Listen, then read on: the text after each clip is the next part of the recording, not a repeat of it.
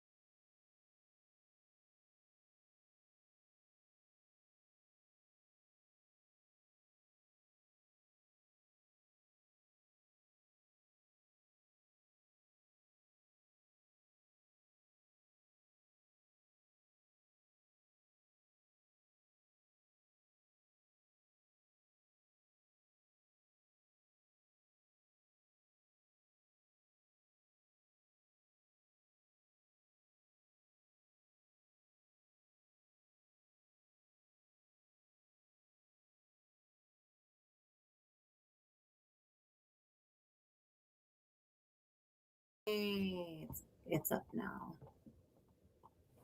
All right, cool. Sounds good. I'll be in there in a second. Okay.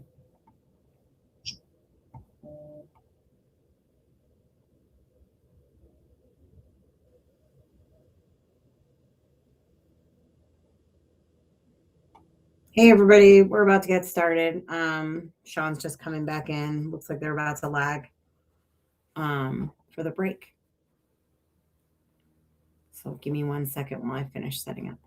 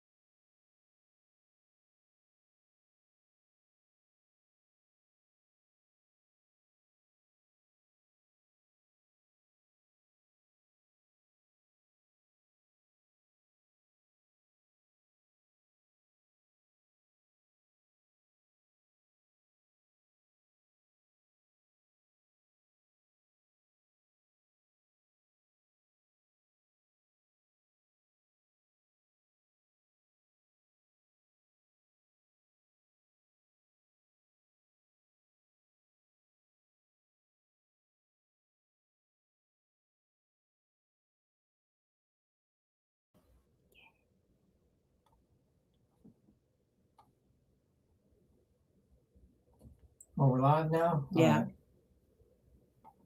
Looks like we're back up and running, everybody. Thanks for joining us. First game going right here. SAUCEDA versus PISTORESI. 10 ball, alternate break. Rack your own. 500 in the middle.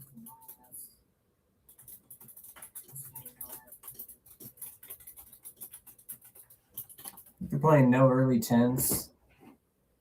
Yeah, I think they said no early 10s, no 3 foul rule, rack your own, alternate break.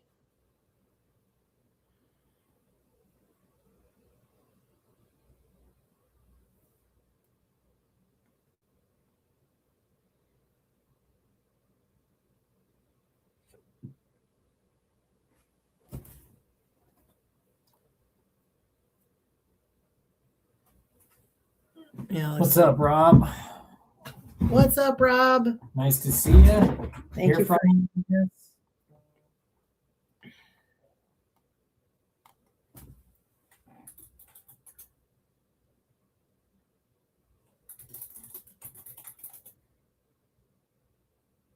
So Ray missed that 8, left Al elevated here. See if you can fire this in and draw it back. We just got new cloth put on this table, so it's pretty slidey. I think that will affect a little bit here.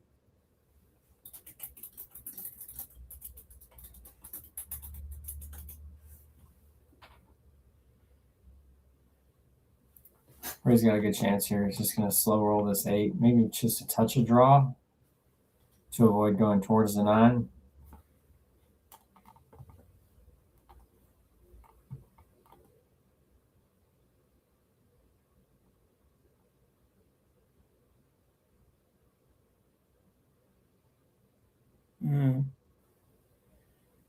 Pretty good. It's a little close to it, but he's got an angle, so you can come back down for the 10. Yeah, agree.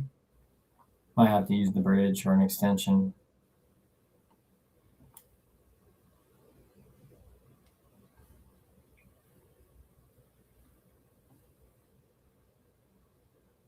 We got 8 people watching. 8. Nice. Oh, yeah. What's up? It's Thursday afternoon. Nobody wants to work. It's like the weekend. Thursday's the new Friday.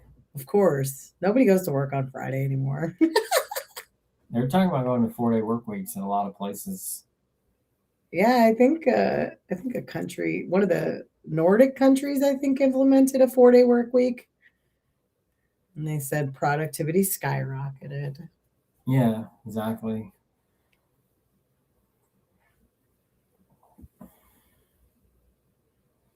All right, Ray left the hanger for Al here, so should be able to just close it out pretty easy.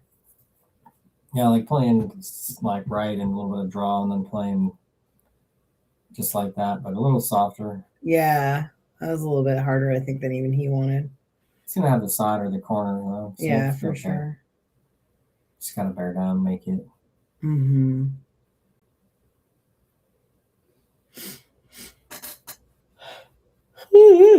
Excuse me.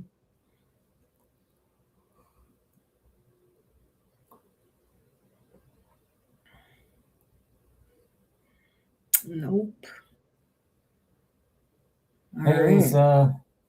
Hey, it's Lisa. What's up, Lisa? Welcome to the chat. Welcome to the video. Nice to, see your kind words since I haven't seen you. I don't think we've seen you since you were here for Chad's match, right? Yeah, I think that was the last time. Or no, she wasn't here for Chad's match. She was here for Kevin's match when Chad was commentating. Yeah, welcome back. Thought better of it coming back a second return trip. She probably just didn't want to be harassed by the dog. Oh, man.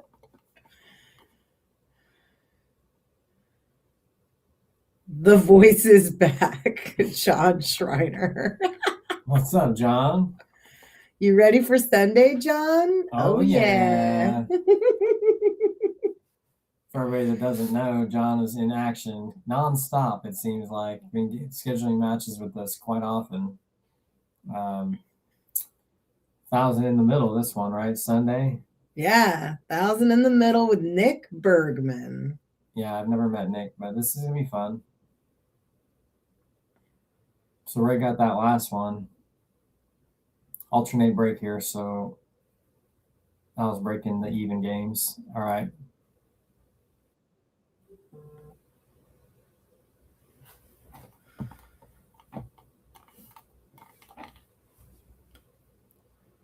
All right, now scratch on the break.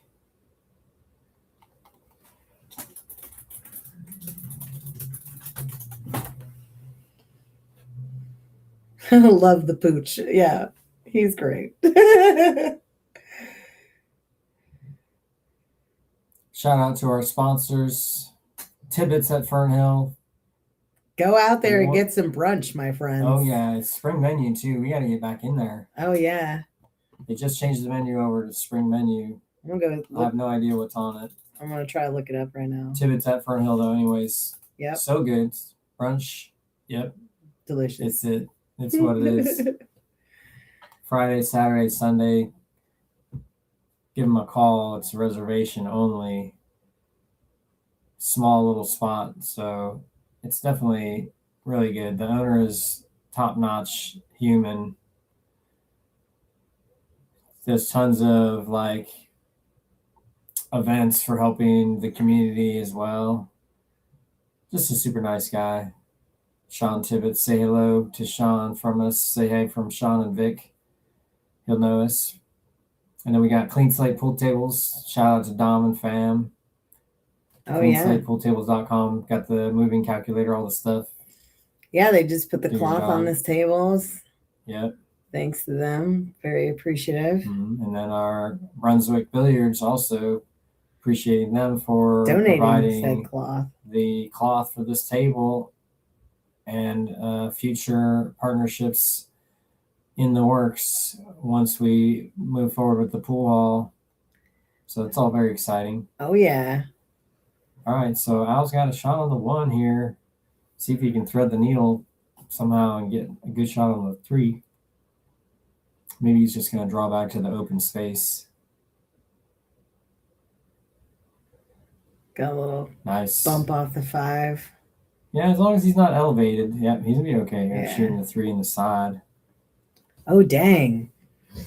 What do we got? They brought back the blueberry lemon French toast. Oh, snap. Oh, man. That stuff is Sourdough so good. French toast with fresh blueberries, vanilla, whipped cream, lemon cream, and 100% pure maple syrup, eggs, cream, and topped with strawberry ice cream. Oh, my gosh. Definitely breakfast food. Mm-hmm. So good. And they got the super tiny burrito. This thing is like 12 inches long. It's so big. Yeah, the 8-egg omelet is out and the super tiny burrito is back. Oh, yeah. Got a solid shot on the side pocket. Yeah, Ray's looking. This is a pretty open rack here. You just got to go up and down table a couple times. Go 7, 8, 9, 10. Back up and down. John's headed to the penalty box. Nice. Let's go, John. Get them reps in.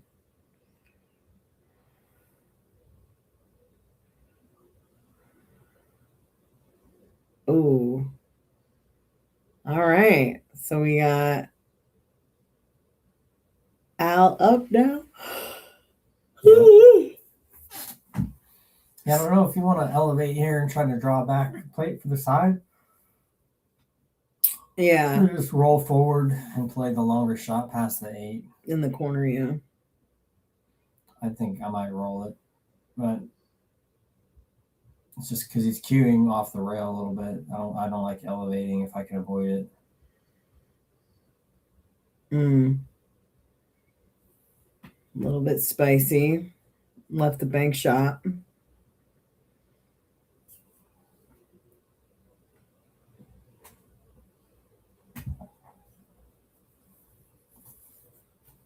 John's on the way to penalty box right now.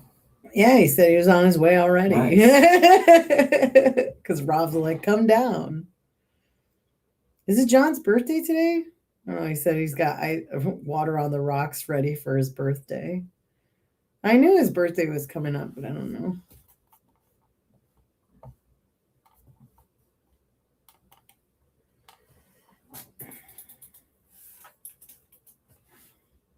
But yeah, what else is going on? We got a couple of headliner matches. We got the big headliner match coming up next month, beginning of April 7th, after you are done doing all of the fun Easter stuff with all your family. If you celebrate it, then you can catch us in here in the booth commentating on Ed Hobbs and Mike Deichman playing for $5,000 in the middle. So that's gonna be exciting. Yep, one pocket for all you one pocket aficionados. Oh yeah, that's gonna be huge. I'm super excited for that. Although I'm kind of getting kicked out of the booth. I'm not really kicked out. I just got to man the chat. But Paul Marquez is coming in. Yeah, Seafood Paul Marquez of FTMF fame. Mm-hmm. Coming to support his bestie. Super top-notch one-pocket player. It's 670 Fargo around there or whatever. But he's definitely capable of beating professional level pool players at one pocket on occasion. He's done so in the past. Knows everything that you really need to know about the game to play well. Mm-hmm. So I'm excited for him to come by and help me and Vic do some commentary. Oh, yeah. I think the Mike D versus Ed Hobbs match is going to be really cool. It's a contrasting styles and neutral territory. So it should be very interesting. Race to 5. So it might take a little while. However, with the cloth being new, the pockets are really accepting balls well, even though they're 4 3/8 inch. So if guys can get in line, they're definitely going to be able to make the balls. Mm-hmm. So we'll see how it goes. Raise down on this 9. A little thin. I like just cutting it and going up and down table back to the middle. Mm-hmm. 2-rail position, up, down. Yeah, up, down, and then back. Yeah. With the slidey cloth, I'm really reluctant to put too much spin on the balls. Yeah. I found that putting less spin has been helpful in making the balls. Yeah, it seems like with this cloth, when you put English on it, it deflects and squirts off to the side a little bit more than with more friction cloth. And then also it doesn't swerve back online like it would either. So it seems like you're like missing and it never comes back. So, but I'm dialing that in. I've been putting in a lot of time on it since we got the cloth fixed. Ooh, nice shot by Al. I got some really great draw. A lot more shots like that become the way to go, is just straight drawing, not putting as much spin, but trying to draw and power out of the shots a little bit better. I got perfect on that 10 ball. Yeah, that's what I was saying. In there. All right. Looks like we're 1-1, neck and neck. We like to see that. See what else we got on this menu here. Alaskan Christo with reindeer sausage, Hempler's honey ham, reindeer sausage, brie cheese, scrambled eggs, mixed greens, jalapenos, and strawberries baked between 2 puff pastry shells. Served with zesty strawberry jam, powdered sugar, roasted Yukon Gold potatoes, and fresh berries. Yum. Yum. Yum yum oishi desu.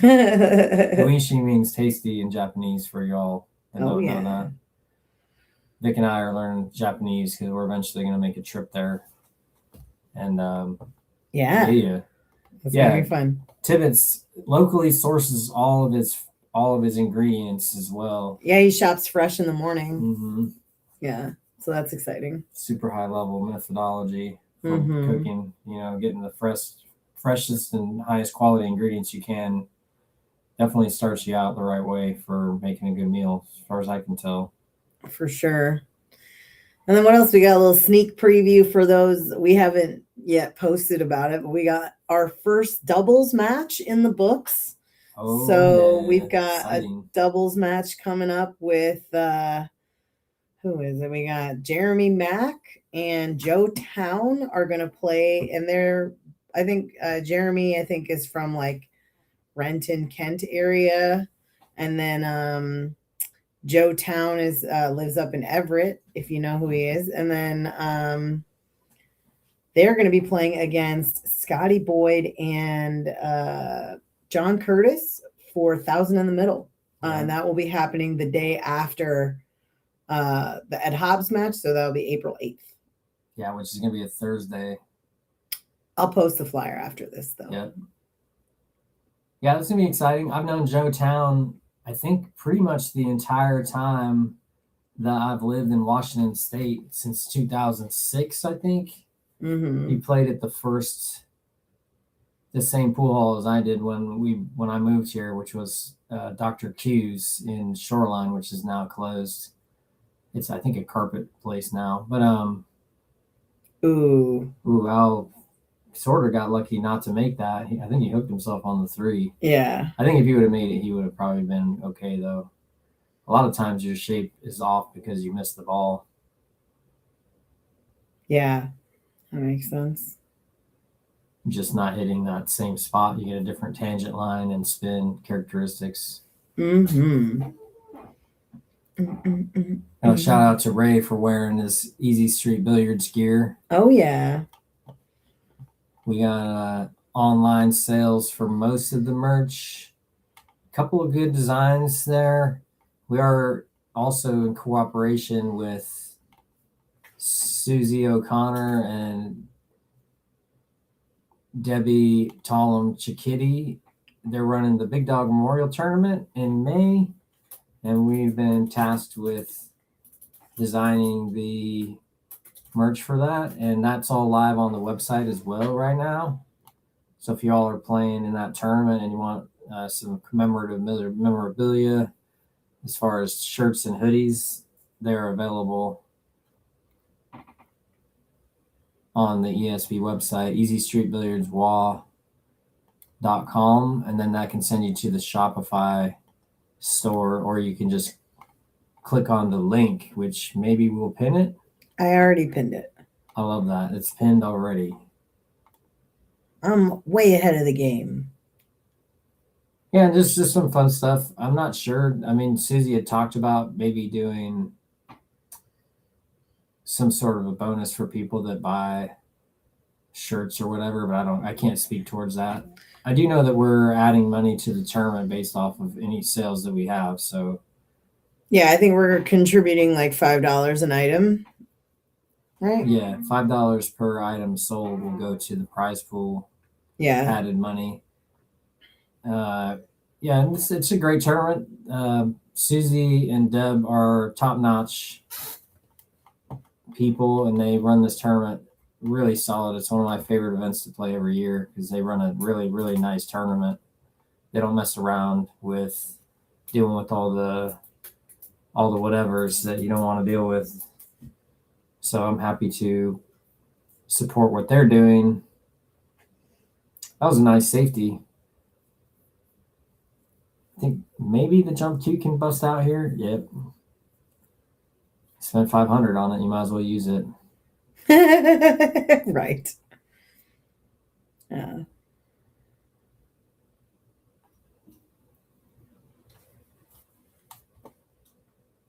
Yeah, he's going to almost have to land on it here.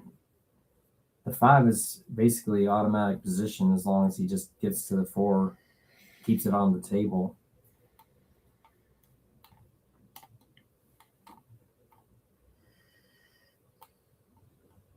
Didn't get all the way over the 7.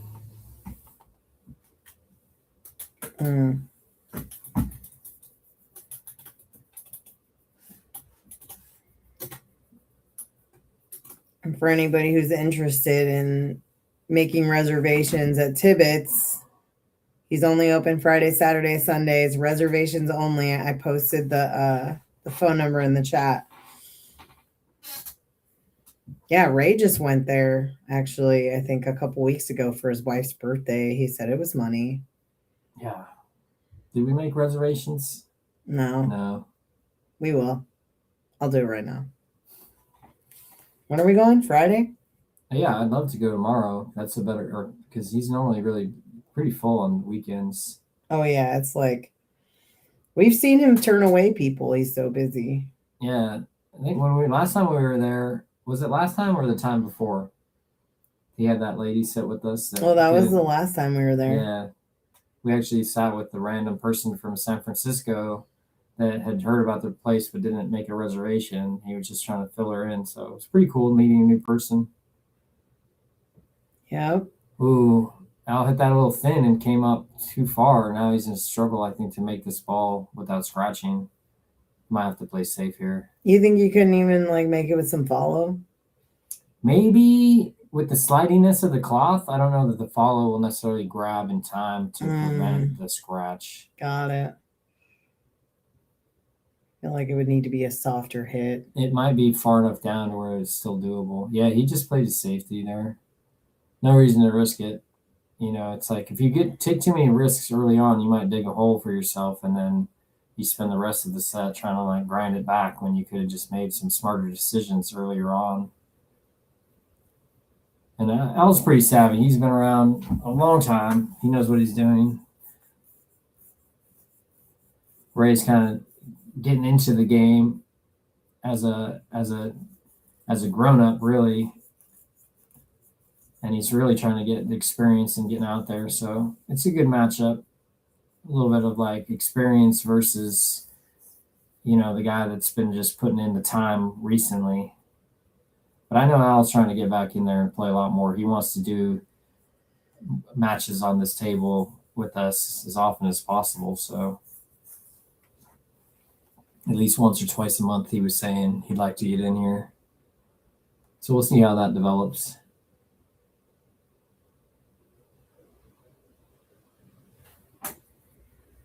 Al's got a kick at this. Might call the 8 in the corner.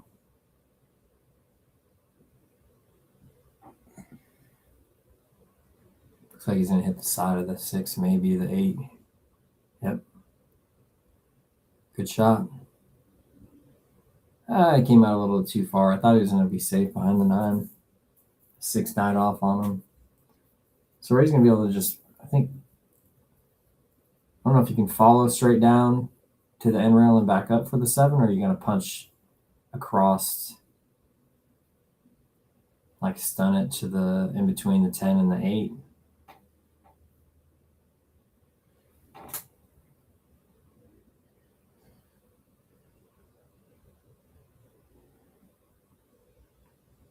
Yeah, he's able to roll it.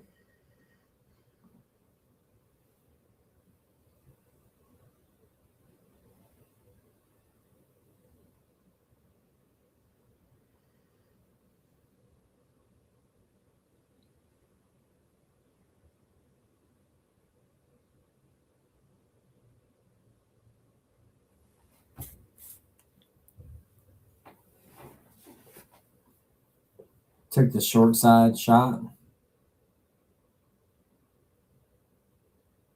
Yeah, they're definitely still getting a feel for the equipment. This is Brunswick cloth, which is pretty rare, I think, although it will be less rare, I think, soon enough. People will start having to play on it at our place, because I think that's what we're going to go with.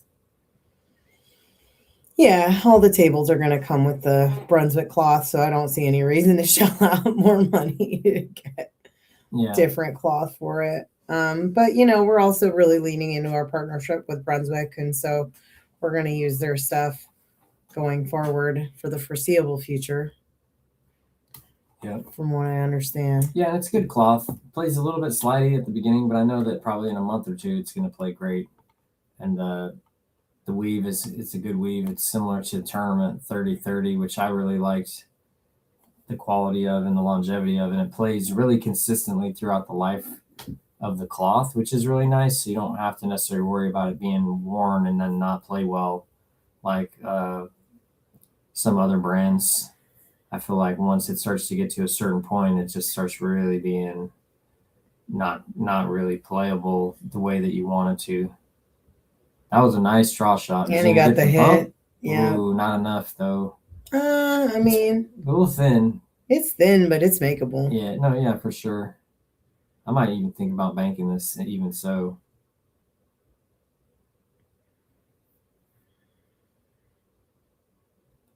Gonna let the cue ball loose here. Oh no, it wasn't nearly as tough as I thought. I was thinking he might scratch, and that was like way, yeah. The view of the camera is amazing. You can't really tell. Yeah. That's always the struggle. And it seems like no matter what, camera angle it's at, there's always something that's obscured by whatever angle it's showing from. It's like I noticed that when we were commentating for the US Open. Yeah. That was wild. Yeah, definitely. 2-1. SAUCEDA is in the lead. Oh yeah. 2-1.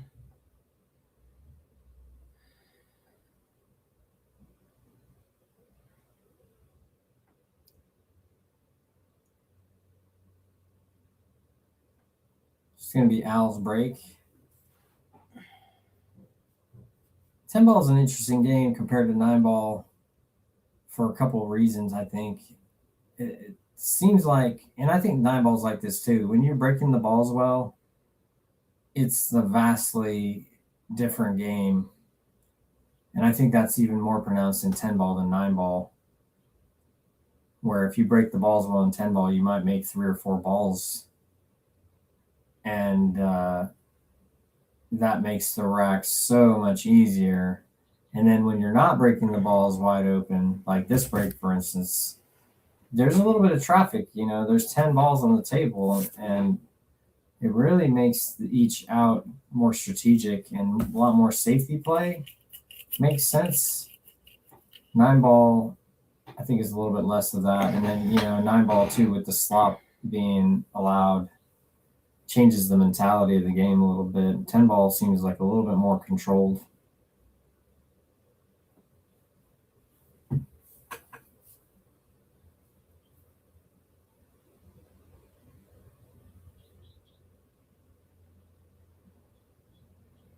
Good speed there. I don't think he was trying to play behind the 9 with the cue ball. He was just playing the 1 under the 8 and the 3, it looked like to me.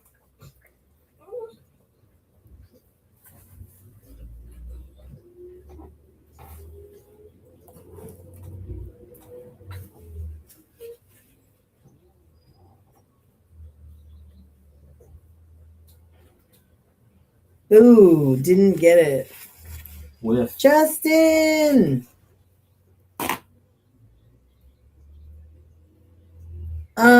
Justin, to answer your question about that, sometimes they'll, like we open the table up like an hour before. Ray comes over here quite often to practice and play with me and Shawn.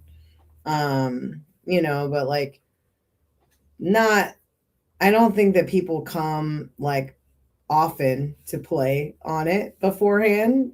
I think that's just kind of situationally dependent, honestly. Yeah, we mostly just open it an hour. Yeah, and then I gave him a lesson a while ago too, so then he's played a couple times. But this is new cloth for him to be experiencing. Yeah. And Ray's been here several times. He lives down the street basically, so. But I play him occasionally, just for funsies, but mostly my time that I play on this table is practice for myself, just hitting balls and trying to get my game a little bit more where I want it to be. Kind of like setting the stages for being able to play a lot more later. But everybody has their goals, So Ray's got pretty decent, so far so good, getting to the 3. The trick here is going to be to avoid the 10 ball playing a 2-rail position. I don't know if he's going to be able to stun it and get 2 rails and not be far away. Ooh. Came too far, but he's going to be okay here. He can go past the... Because Yeah. he could go past the 9 and then park up table behind the 5 for the 5 in the left side pocket. I think you can cut the 4 in the side past the 9. That's what I was saying. Yeah. You know, if he cuts it in the side past the 9, then he can like bring it up and then come back for the 5 in the other side. Maybe it doesn't go. It does. He's just going to bump the 6. Mm. It's a pretty manageable situation still. He's doing good navigating these balls. Mm-hmm. I would go for the corner now. I don't think I'd try to go for the side now. 5 in the bottom left. Mm-hmm. 6 in the top left. That's what I see here.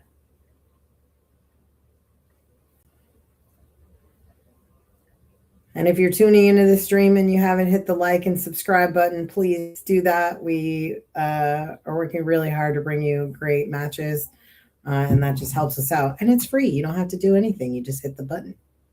Yeah.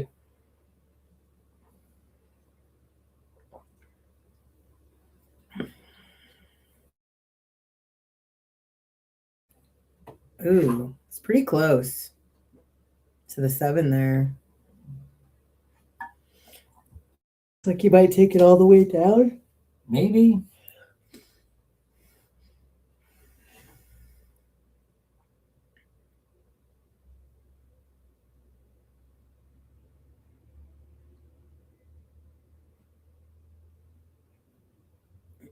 Maybe He's looking at playing safety. Yeah. Banking it under the 8. Yeah, parking it behind the 8 and leaving the cue ball near the rail.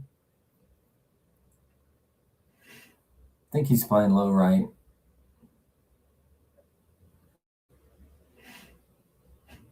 It's going to be pretty good. Tough to make that ball from here, so Al's going to have to play another move. I think move of some sort.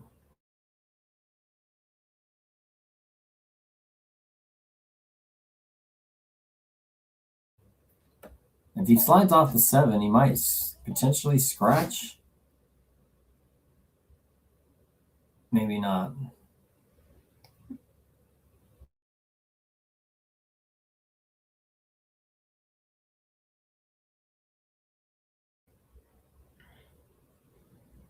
think Ray can hit the top or like the side of the 7 here. So you might be able to play the bank shot. I don't know if you can see enough of it to do that or not.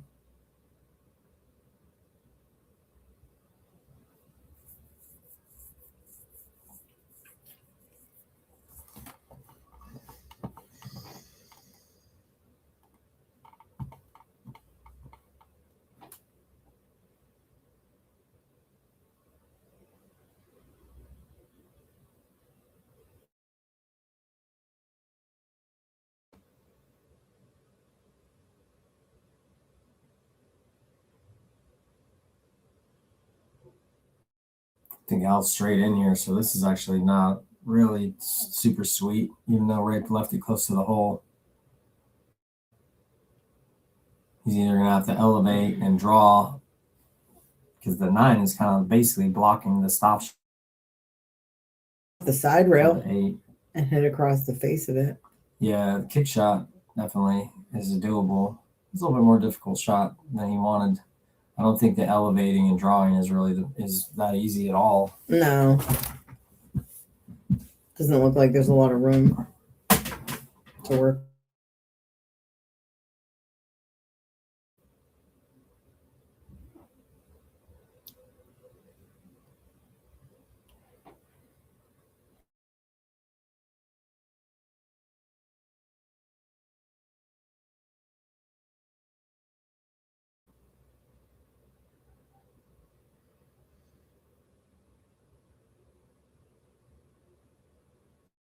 Just rolled it in.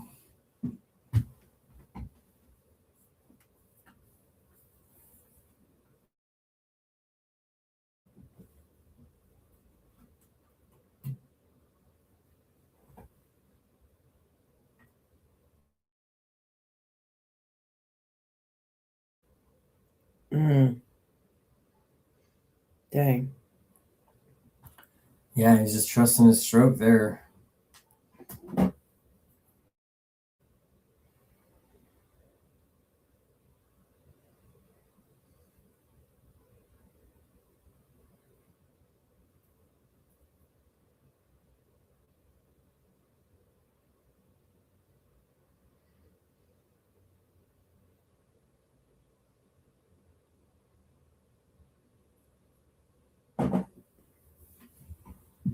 He's looking good. A little bit off too far on that.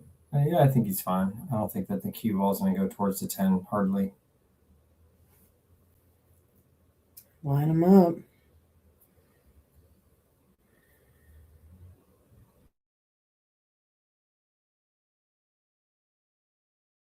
And another one. 2-2. We got us a pretty even matchup, it seems like. They're just going back and forth, which is nice. 20 Fargo point differential.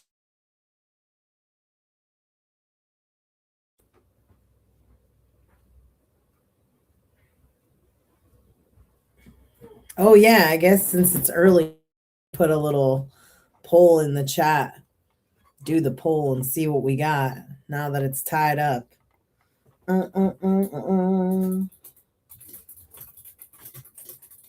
For all you watching at home, because I don't think you can see the poll if you're on your phone for some reason. But all right. So I just put the poll in the chat. So if you guys want to answer that, let us know who you got in the match.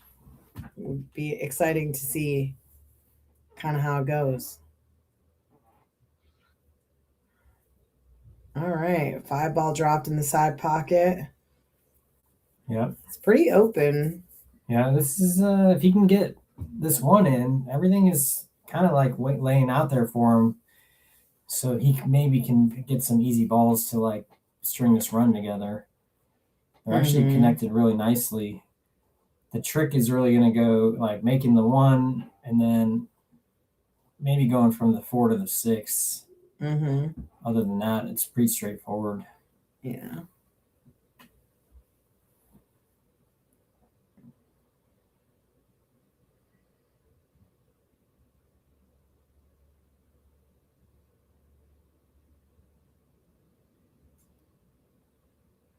Ooh.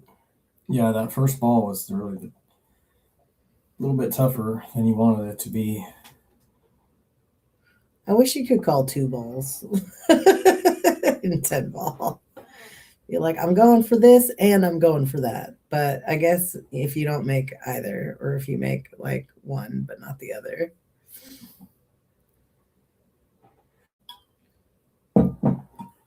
Ooh, we got action in the poll. Al's at 100%. Amazing. Got no takers on Ray. Come on, guys.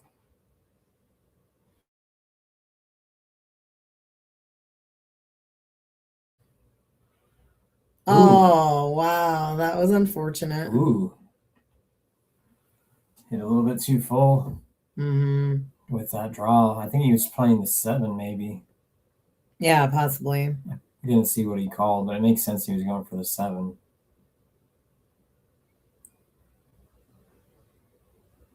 Yeah, I did that against Maul. I like went for the 10 because we were playing early 10s. I don't think they're playing early 10s here, but I went for the 10 off the 5. And I got the cue ball to hang in the pocket, but then the 5 came by and just knocked it in. Dang. I know, it's so brutal. I'm just saying that draw can get you in trouble. Yep. I've hit plenty a perfect shot that just drew the cue ball straight into the pocket. Like, but why? You think he's going past the 7 here? It looks like it, huh?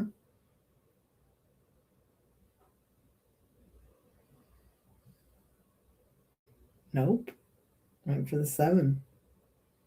Yeah, I'm not sure if the the ball was in the way, like the 7 was blocking the hole a little bit and he didn't want to shoot at it that way, or because he was going to have to like cut it and then his cue ball was going to be tougher for the 3. Got it. I'm not sure. Yeah. He's doing fine here. Really, he could just roll this forward, shoot the 3-6 combo, and then be okay here. He doesn't need to draw back. Yep. I think he's got the same shot opinion.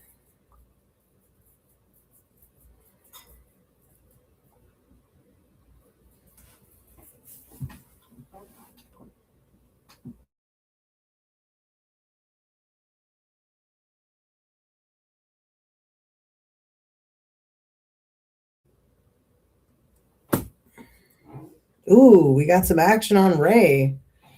Got 67% of the votes. I would say that's probably 2 out of 3 people. Yep, 3 votes. 2. Anyone else? Anyone else? Yep. Ray's looking at the angle from off the floor if he just plays a stop shot, which I think is the right way to go. Yeah. Doesn't look like he can do much more. He might be able to like, maybe it's straight in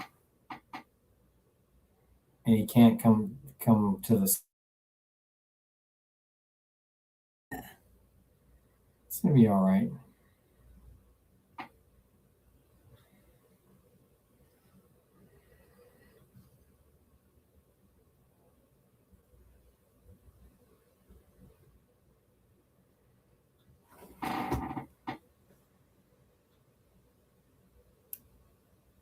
Ooh, flirting with the pocket.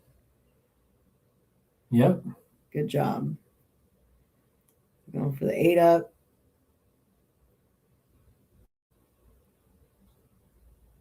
I feel like this is probably the toughest shot. If he,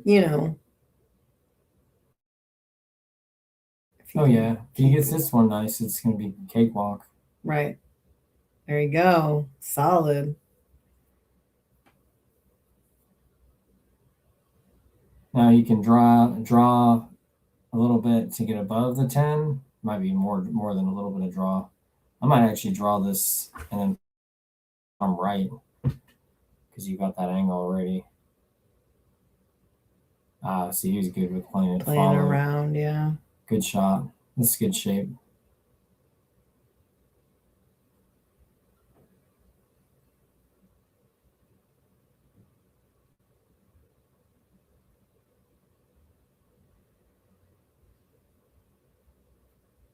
Nice. 3-2. 3-2. Ray takes the lead.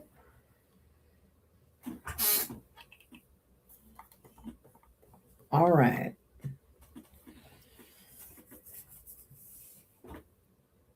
I think they're both playing pretty even, honestly. Am I muted here? No. You are not. Okay. Do you want to be? So we're still live?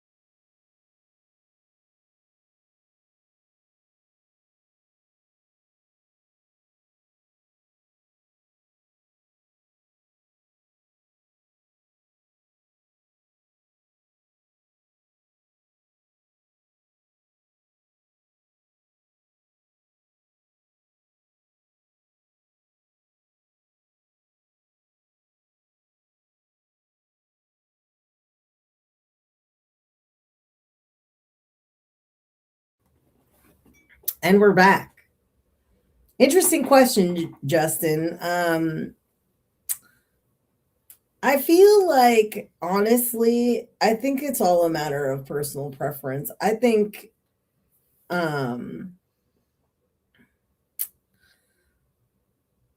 I think some people stand side saddle, and that's just how they shoot. That's how they learn to shoot, and that's how they're comfortable shooting.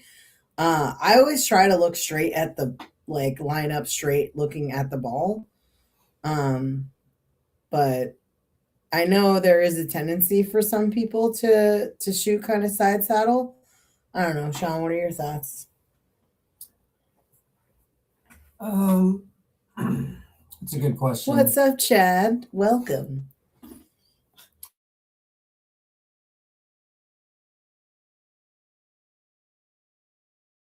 The snooker players having their feet pointed right on the line. So my understanding of that has more to do with the fact that because the balls are smaller in snooker, you need less power.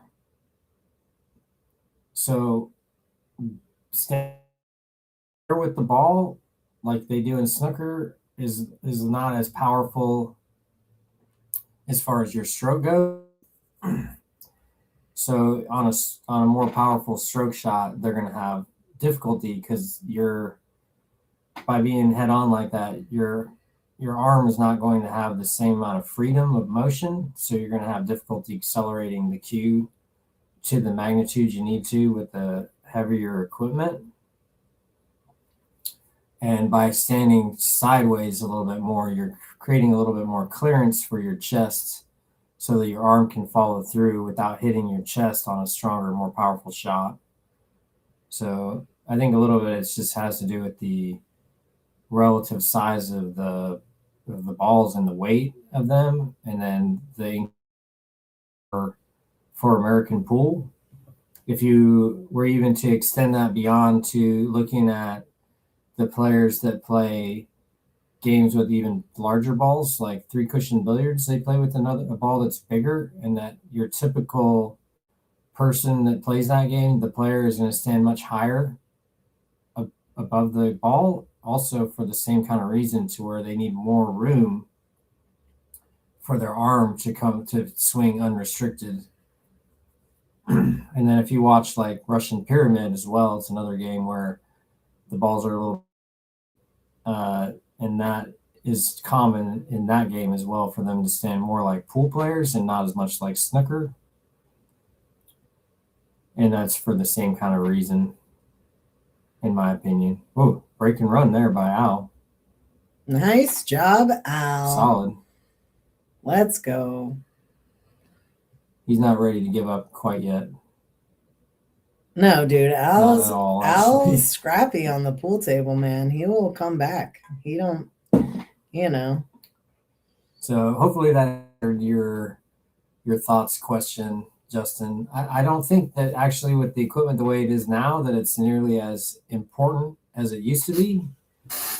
Kind of like with the cloth of the pool table, way more quality and faster than it used to be like 25 years ago. There's a little bit more like you can probably get away with both. I think you just need a little bit more power in your, like, coming from your hand if you stand more square. I know Shawn's got like the super high level answer, and I'm over here like, it's just preference. I mean, it is preference at the end of the day. I know. I believe that you do get a little bit more cueing accuracy with the more square stance, because you can like face the ball with your head a little bit more easily. So it's just like everything else. It's benefits and burdens. I think that the onus is more on purely being accurate versus having a ton of power. And that's really what makes it where you might use a snooker stance to play pool and be a high-level player. You're just not going to have as much power as someone that is more side to side, which, is a personal preference at the end of the day. I just think with snooker, there's really not a question of what's better.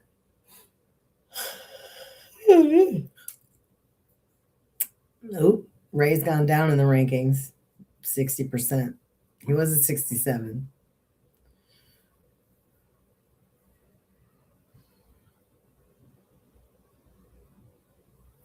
yeah, after Al Brecken runs a rack, you feel like, well, maybe Al's, even though his Fargo is a little bit lower,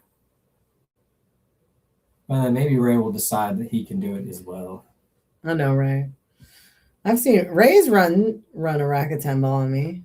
Oh yeah, it's I think I broken run on him once too. it's well within your guys' ability.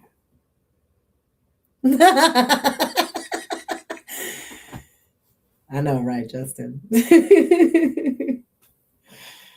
It's so funny. Different strokes for different folks, people. It's so true.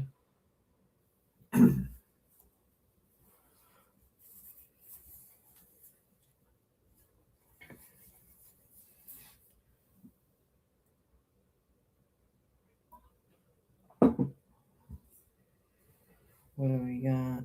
He's probably gonna have safety here, probably. That's what I would do. Like throw the ball up table, park it back. Yeah, I don't know about that way. Yeah, he was trying to play under the 9, I think, and just didn't get the spin, maybe. Yeah, maybe the spin didn't grab. He's trying to get it to grab more. The slate cloth strikes again.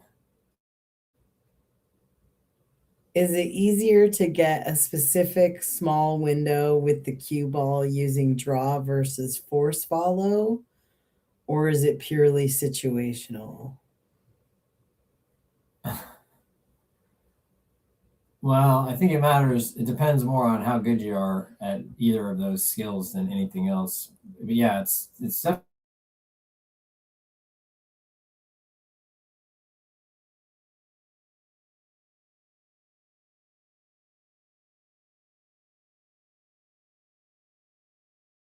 It's very like touchy. But I would say that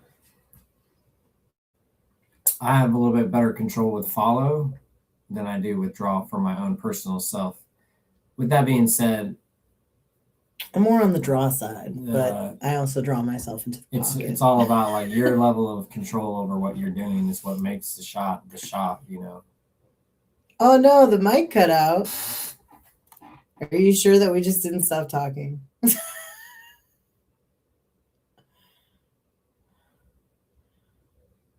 Is the audio working right now? I don't know. It says that on our end that the audio is working. Let me see.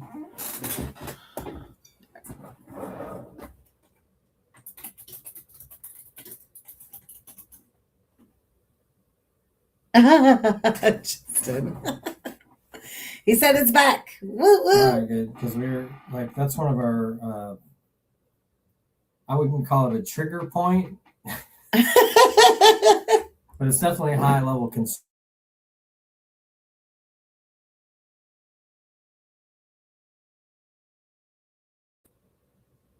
Anyways, I'm happy that everything's working. The Evo system is amazing and getting better every day. I know that.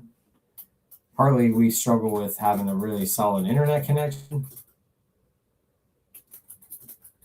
Yeah. We got a good action here. Now you just gotta draw. See, this is where you gotta draw back for a certain window.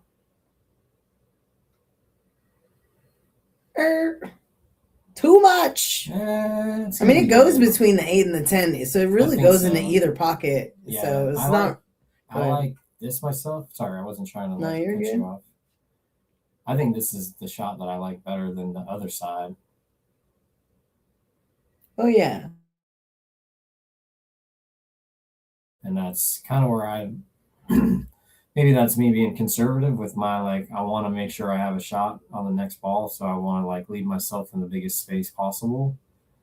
Maybe that's part of it. And then, you know, when you got to like deal with the, because all things being equal, right? What's the difference, right?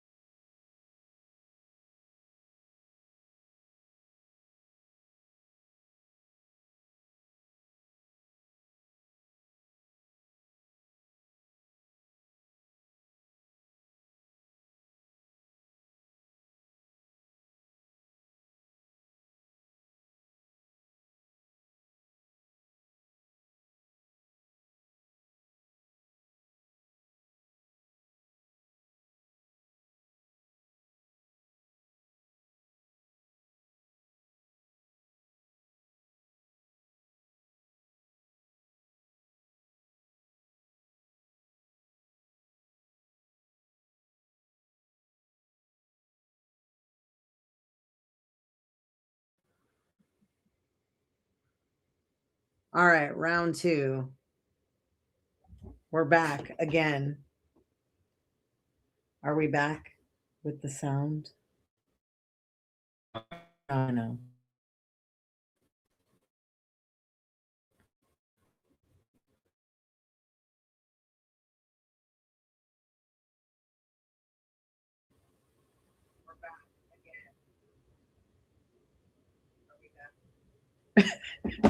I'm just gonna leave that like that. Okay. So you can hear us now. Sounds like it's working. Ray's oh man, Ray left himself that off the bank shot. He must have made that bank then. Dang. This one, if I can make it into either pocket, I like the top left because if you miss, you're gonna have more chance for safe. I'm gonna turn this way down though. Yeah. All right. You think he's hooked on the point though? No, I'm pretty sure he can make it in the right top. I don't know about the left top. Yeah. I think for the left, he might be hooked on the point. Yeah. Yeah, if he's playing it to the top right, what I like doing here might be not to roll it because I think you might scratch in the side. I might have to do something a little bit more like elevate. Yeah. Center draw. Yeah. Either punch it, like put a little, center or like draw, right? Exactly. What you said. What I said. Oh, he's going to get safe. He caught the point. No, not that safe. No. Can be cut. Could also be banked with a little inside if it can grab on this cloth, but you know. Yeah. 4-rail bank. Oh yeah, of course. You know. How could I have missed that one? Jeez.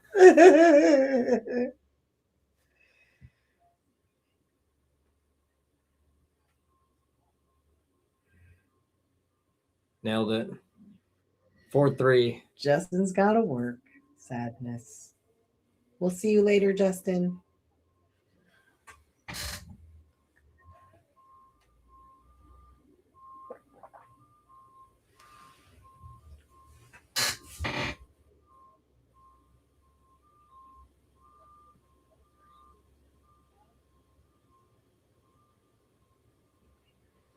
Thanks again to our sponsors, Tibbitts at Fernhill, CleanSlatePoolTables.com, and Brunswick Billiards. Appreciate everyone else's support out there in Streamville. Oh, yeah. Thanks for supporting the channel. Thanks for supporting us. Thanks for hanging out with us when we're at the pool hall. All the stuff. Oh, yeah. We got Al SAUCEDA on the break here. Let's see if you can back it up. That last break and run with another break and run. Oh, snap. Back to back. That'll be good, though. You know. Working for it. He works hard for the money.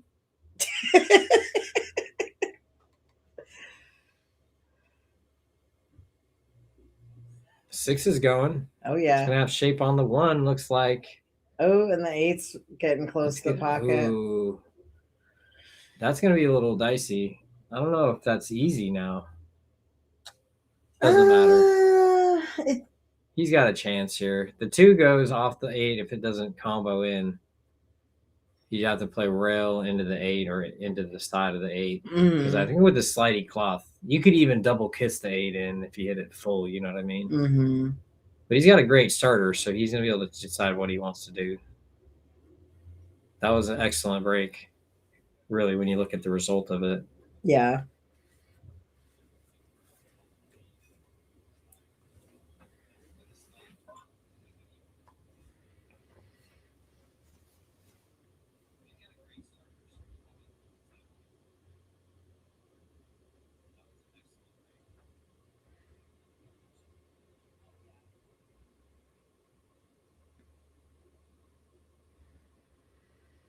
Yeah, I don't know what he called. He called one of those bottom lefts.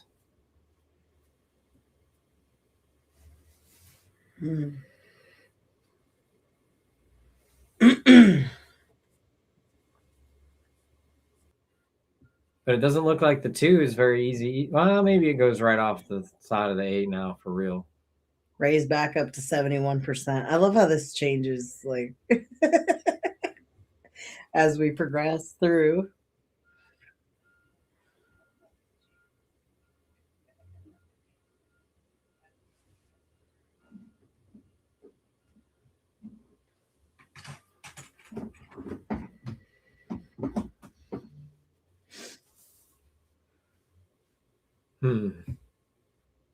Not sure what happens here. And then I get stuck, huh? Yep, they got stuck. That was one of the 3 options. I was like, I think at that angle it might be.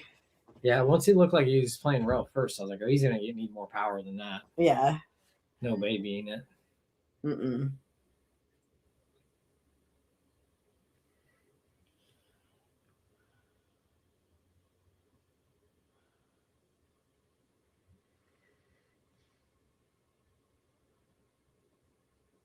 They've got questions about the situation. Yeah, who knows?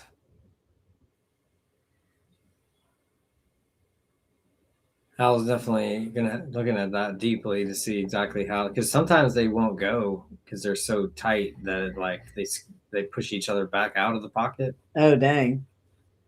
You have to be like exactly a certain way for that to happen.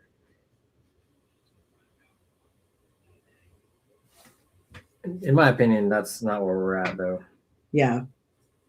It looks to me like either the 2 or the 8 or both will go on this shot.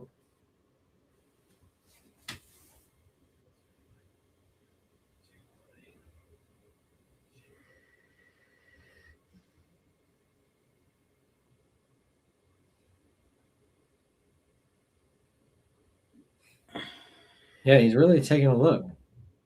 Al's taking his time with this one. This is key, though. If he gets this game, 5-3 is kind of like a pretty good lead. Putting top inside, huh? Oh, and they didn't go.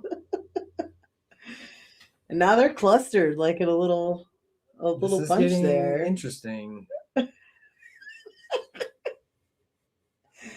This is just interesting to watch and deal with it. They're like stuck together in the pocket. Now they need to get unstuck somehow. What about hitting this way? Like, can you hit the 2? I think when Al had it, he could have hit the 2 first a little bit across the 8, but I don't know if that would have helped at all. The 2 and the cue ball are very close together. I know that. Yeah. Dang, we can't even do like a referee replay here. What is happening? He's figuring out what to do. I think he's just going to end up having to thin off the side of the 6 and play safe behind the 10. Right. And then The 2. We need to get like ball in hand. He needs to get a little better situation. Yeah, because no, he's still up. He got it. Yeah. Almost a scratch. They're like, someone hammer this thing in there. I wonder if you fire it like super hard, like, would it pop at least one of them in, pop them out, jump the? I don't know, but if you use more power, I think there's more likely that a ball will go. Yeah. It might be. I mean, I feel like what Al had was he could have made it. He just didn't hit it hard enough, but he was trying to like play a finesse shot. Yeah. But it's all good. We're not right there. So he's like taking a picture. I just need to take a picture for my kids. You're ridiculous. Well, so he can explain the time that he was in the throes of it. He's like, I'm going to ask Shawn later. I'll be like, I don't know, man. Hit it. You heard me. Hit it hard. Yeah. It's not like it's the 9 and the 10. You know what I mean? Like, we got a little ways to go here. Just make a good hit here. Oh, it did bounce out. He got safe. What a shot. Yeah, they were just totally tied up in there. When they're like that, you can't make them. This is very interesting for like daytime. Match. I'm like, oh, sweet. Well, when was that? 3-4? I'm gonna have to write that down. I'm writing down the highlights.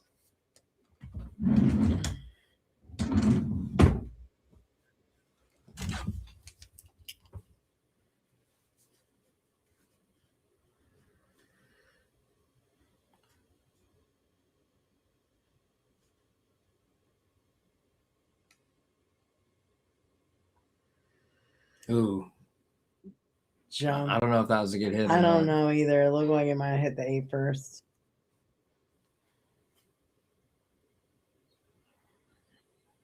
And Al's coming back to the table, so.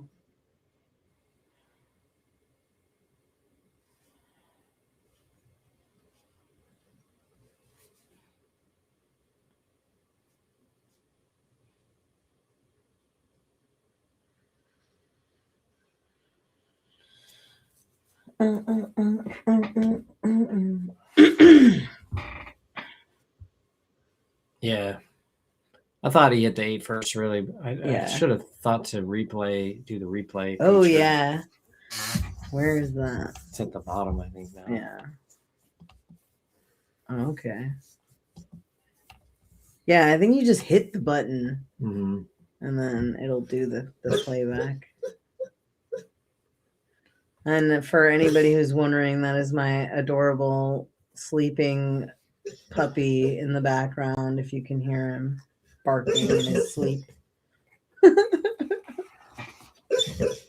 Yeah, it's getting serious in Dreamland.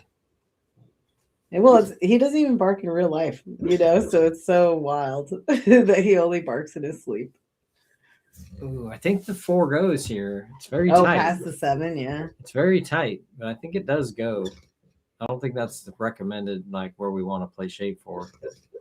Right. Because to me, but maybe it's a lot of those ones where it looks like it's really tight. It's actually just optical illusion. Ooh, hit it a little bit wide there. Sold out the side a little bit. It's thin, but it's makeable.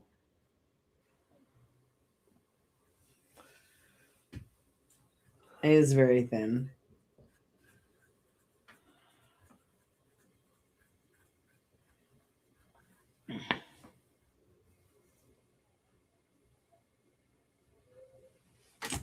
Oh, Justin, I have a pit bull. He's a Staffordshire Terrier. The cutest. Yeah, he's okay. He and Shawn don't get on. Dude, man, at least he doesn't bark. That's true. True that.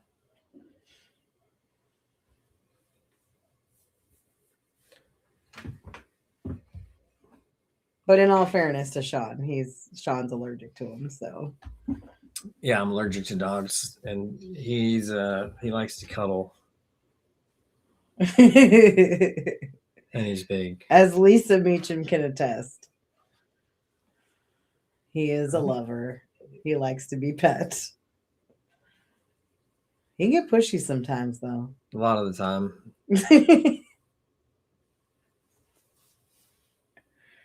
Good shot. That's what he needed. Yep. All right. Play that pocket speed, then it helps you with that slick cloth. Yeah. Doesn't reject them nearly as much as they would with that faster speed.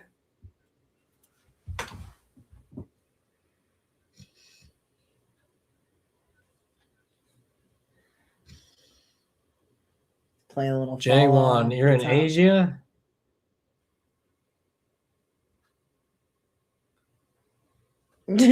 Shawn, be nice. I mean, I'm nice. Heck yeah, Justin. Where are you at? What? Like, I'm at home, but I'm leaving tomorrow. Oh, okay.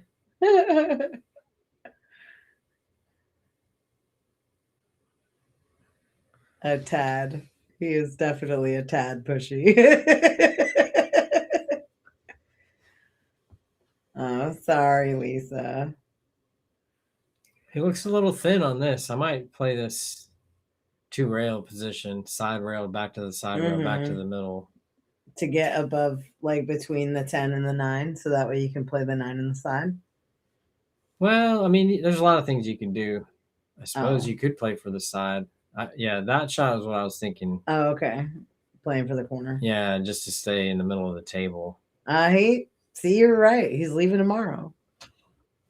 All right. See you when you get back. Yeah, where you going? My question stands.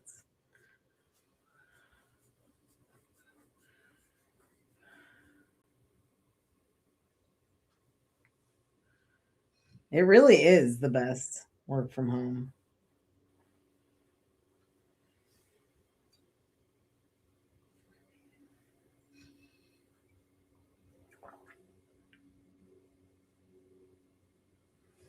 All right, Rays bringing it back 4-4. Very good matchup. This has been very fun. Can you put some hot water on while you're out there? Thank you. I was just asking Shawn to get me some hot water for tea because I love tea.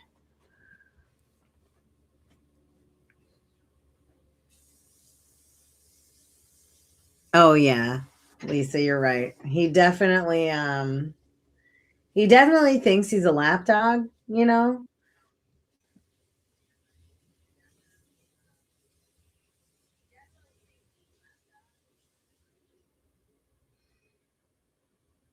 Dang, going to South Korea and then you're going to Japan and then you're coming back to WA. How long are you going to be gone for? I'd imagine like at least a week.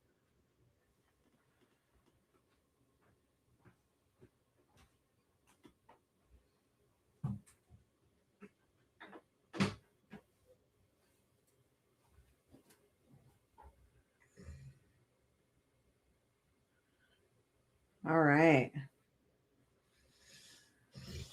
Got a nice wide open break, but didn't make anything. So Al is up.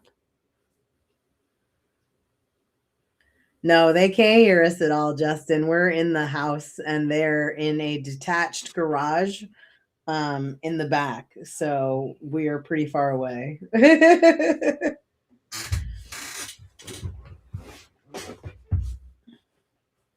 Yeah, that'd be wild. Just be talking all this craziness off to the side while they're right there. 2 weeks. Oh, yeah, that sounds awesome.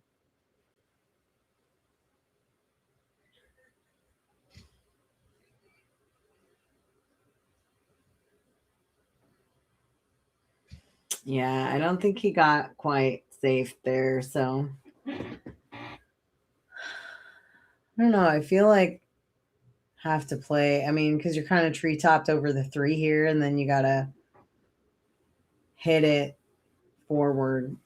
I mean, I would try to come around to the left, or not the left. I mean, if I was looking at the shot to the left, but like put some inside, come off the left side rail, and then off the top rail, and try to clear that 10 ball for the 2, either in the side past the 5, depending on how far he got, or how far you would get.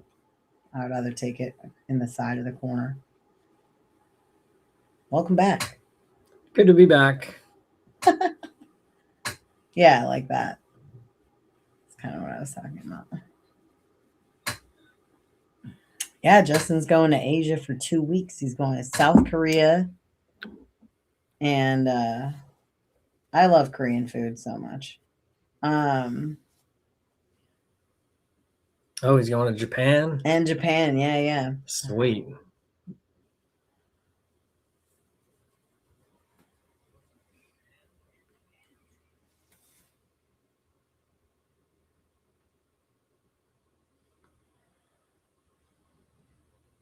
I think my favorite thing to snack on Korean wise is like that dried squid. You've had it. I know you've had it. But that stuff is so good. Eat plenty of that while you're there, Justin. For me. I'm so hungry. I know, right? We haven't eaten lunch today, so we're just like over here starving, dreaming of food. Yeah. Shouting out our sponsors, Tibbitts at Fernhill. Best brunch spot in Like, Tacoma.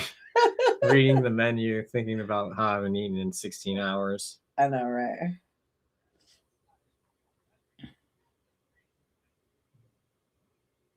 But we do have Whoa. leftover paella. Oh, it's on. All right. Al came with a little bit of off-center hit there, I think, on that draw shot, and he just caused him to swipe it to the left or overcut it. Yeah. Let's see if Ray can play this. Down to the bottom right. Yeah, bottom right. Oh, he played to the gap. That's going to be pretty good. With the slidey cloth, you can hit these down the rail and you get quite a bit of leeway, I'd say.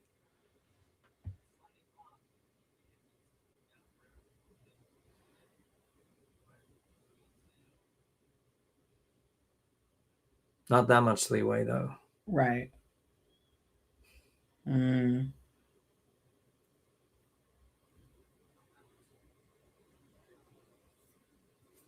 Yeah, please do, Justin. Please do. That place is so good. And everybody who's been there has agreed. They have a 4.8 star rating out of all the brunch spots in all of Tacoma, which there is no other one that is higher than that. And there's one other one that is the same. So really one of the top brunch I'm going to spots. have to get on there and do the 5.0 to just knock it to 4.9. What? The Tibbitts. Should be 5 Oh, stars. yeah. You're right. You're right. We should. Everybody put in 5-star reviews. Yep. If you've been there, do that. Support the people that support us.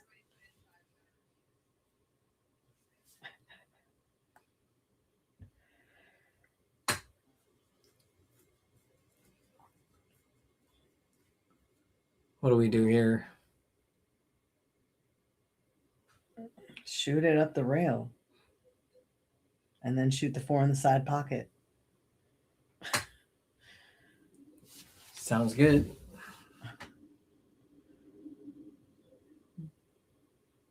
But I don't know if he has enough of it, like enough room there to not scratch on it. He could kick at it, I guess. Kick it back into that pocket. But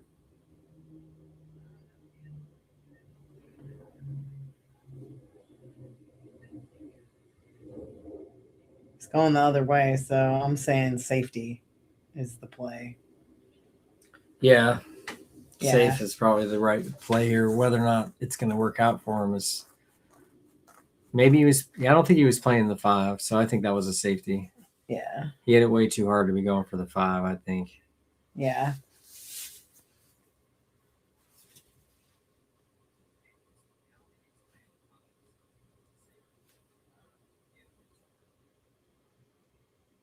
Is he jumping it into the, he's jumping it into the upper right corner. Let's go. I was going for it. Yeah. He's got it held like a dart. That's interesting. Yeah, that was that looked like high level difficulty for me. I'm not great at the dart. I won't lie. I'm not great at the dart shot. Oh yeah. I don't know. I haven't tried it yet, but honestly, from what I've seen from my own personal performance is if I have my whole hand on the butt of a jump cue, it will not clear the ball. It's so crazy. I'm just like, get over it. But it won't. But maybe I just need to figure that out. But I feel like the way I'm doing it now is fine.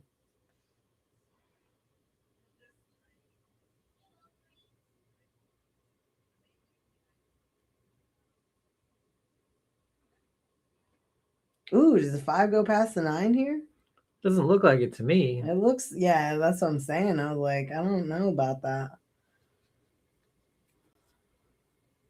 You maybe play like from there, you could play top and then follow it into the side rail and maybe get around the 5 and on the back side of it. Yeah. Oh, he used draw.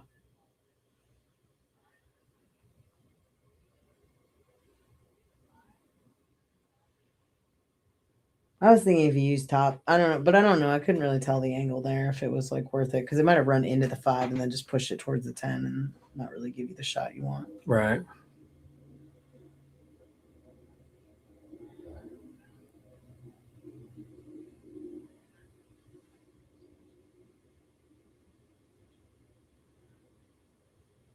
Nice. A little thin on this one, but you can still come around back Yeah. for the 7. If he can make it, he's going to be able to get a shot on the 7. I don't know. Maybe the cue ball will go too far. It looks really thin. Yeah. All he has to do is just hit it really soft and it'll be just right. Yeah, see, he could have hit it a little bit harder even and gotten maybe a little better position. Just like another foot would have been really nice right there. Just for cueing. Yeah. That makes sense.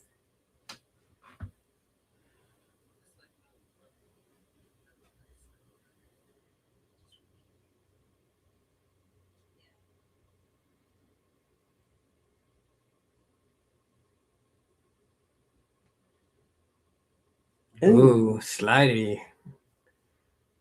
Mm-hmm. It's doing good though. Yeah, I mean, I feel like none of these shots require any kind of overdoing, just like smooth and easy. Yeah, it's a You ball know. pocketing and Yeah. just staying in control of yourself situation. Yeah.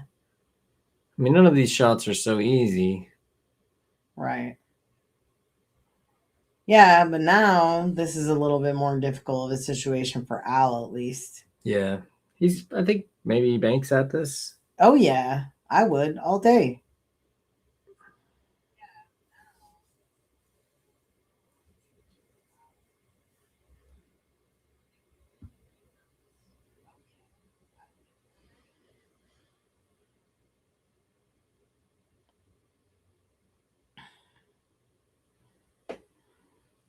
Nice shots. Do love the bank shot. With some good shape here too. He can try to draw above it or just roll forward and go 2 rails. Mm-hmm. Smooth and easy. 1 and then slow down. Dang it. Little bit heavy, and now he's 50 yard line.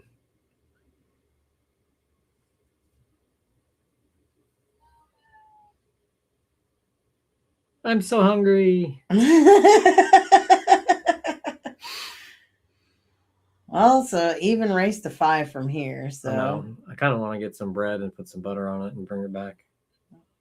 is my hot water out there? Ooh, I need some for myself. Burp. Well, I'm gonna watch this shot. See if I can cut this in. Surgical. Yep, nice shot. Sure can. 5 to the 4. 5 to the 4. What do we have for that? That. Nice. Ha ha. Cha-ching.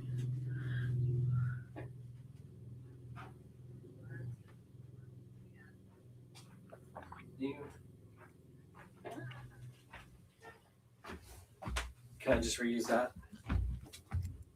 Can you add a little more to it? Yep. Just a little bit. Thank you. And this is the orange. Yeah, that's the blood orange tea. Thank you. Oh, man. The hoodie's coming off. Ray means business. Let's go. It does get warm in there, actually, though, for anybody who hasn't been over. Especially if you're playing a match and you got that elevated, heightened awareness. And I don't know. When I play pool, I get super hot, and then I'm always just chugging water.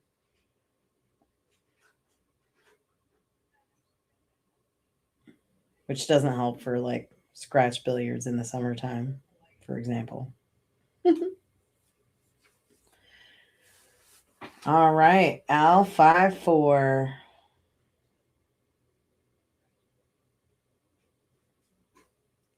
Let's go.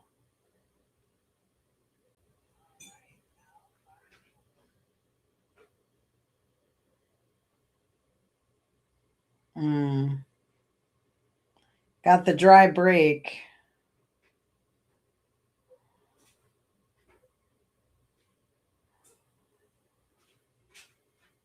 Ray doesn't really have a great shot on this one ball, so he could play safe, or he could try to cut it or bank it also. Looks like he's going for the bank shot, which is good. He'll get the angle off the bank to try to come around for the 2. Ooh, maybe it was a safe. Well, either way, he would have gotten on the 2 if he had made it, and or close to, probably. But now Al's got a little bit of traffic in his way. Ooh, excuse me. That's what happens when you don't drink caffeinated beverages. You're just yawning all the time. Anyway.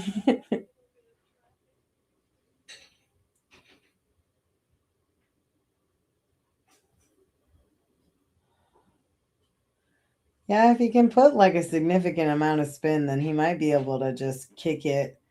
I will say though, as we've seen, the cloth actually doesn't, the spin doesn't grab right away because it slides. So that's the only issue with using a little bit of or using a good amount of spin, is that it may not grab in time. Ooh, a little bit close to that 6 ball on that one, giving Ray ball in hand. And I feel like he can do the same kind of thing here where he thins off the... Well, I mean, it's ball in hand, so he can do whatever he wants here, but I would put it at an angle to come off on the side, upper side rail, and try to thread the gap between the 6 and the 8 with the cue ball to come around for the 2.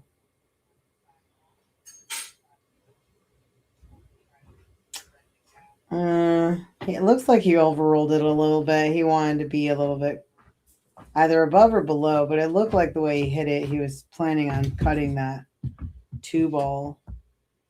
It looks like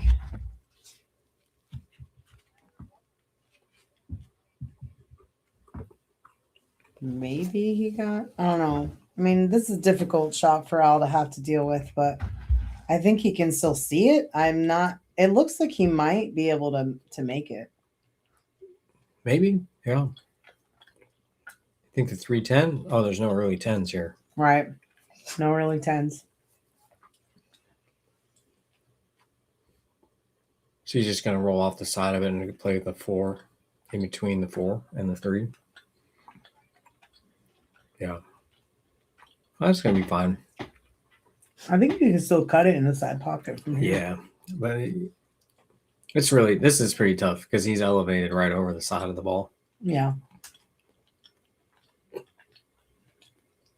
think that must be a little bit warm in there. I know. I commented on that already. I was like, oh, Ray means business. The hoodie comes off. And then I was talking about how it gets warm in there. The things you miss. But I appreciate the bread.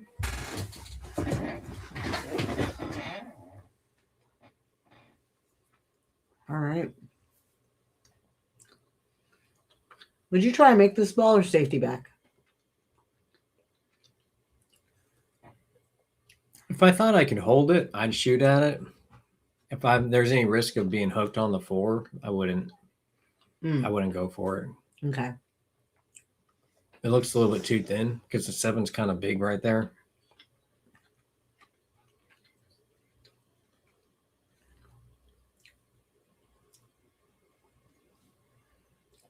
Now, see, the way he shot it where he went past the 7, that's also good. You know what I mean? You just have to it looks like the window. Mm-hmm. It looks like the 4 goes past the 10 too. Yeah, I think so.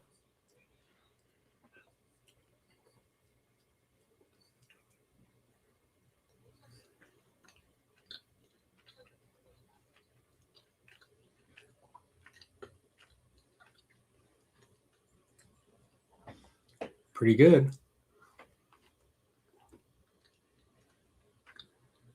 So would you say 4 in the bottom left, 5 in the bottom left?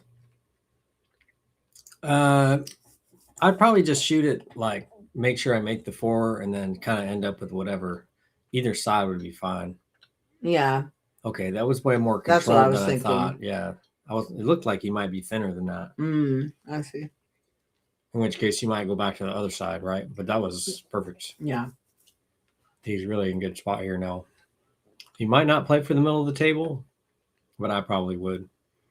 If you can play for straight in for the 6 in the top left and play a stop shot, that would be okay too. Ooh. Wasn't planning for that.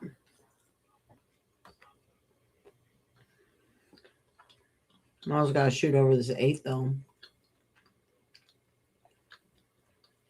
Not fun, but doable.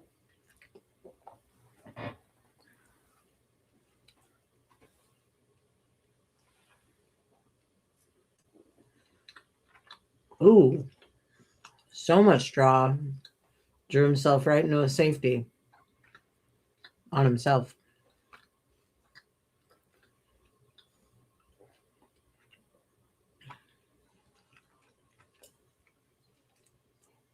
This is a battle. Yeah. It's the real deal.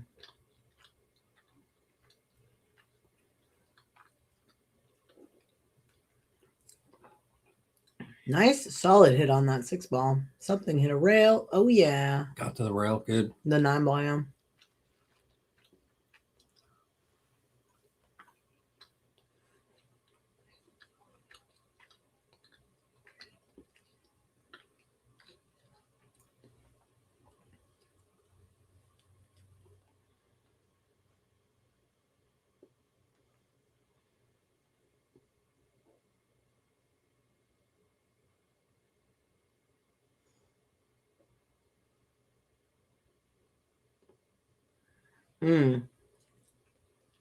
Ooh. I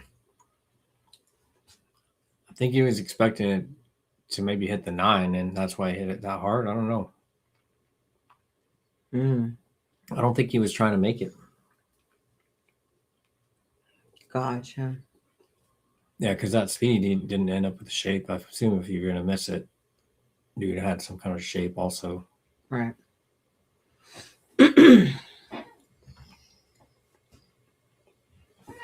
All right.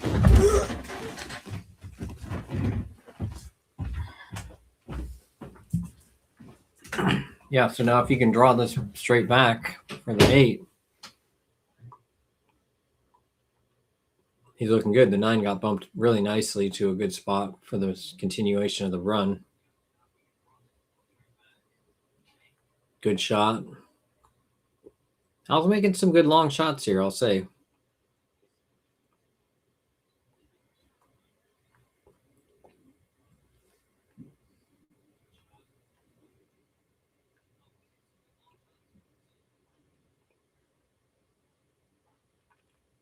Ooh.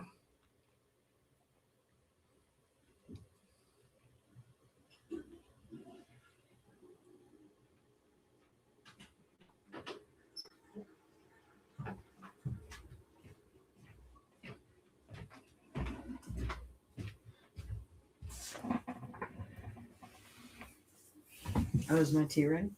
Yeah, probably.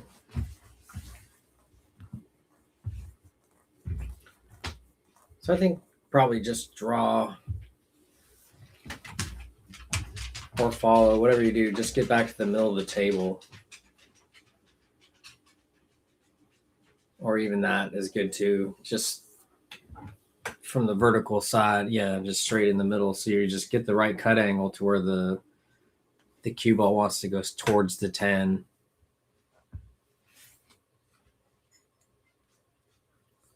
So this one with the slidey cloth, if you put too much follow on it, it'll die and won't quite get there.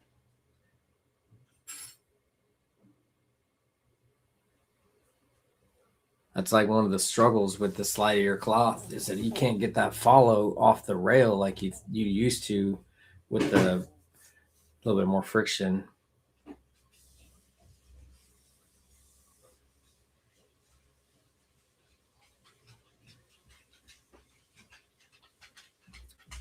Made it 5-5.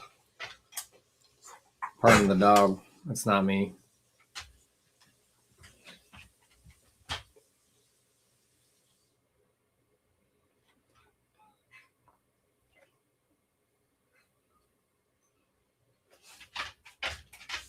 Yeah, every time the dog drinks water, he ends up coughing up. Like, sounds like he's about to throw up a stomach lump or something.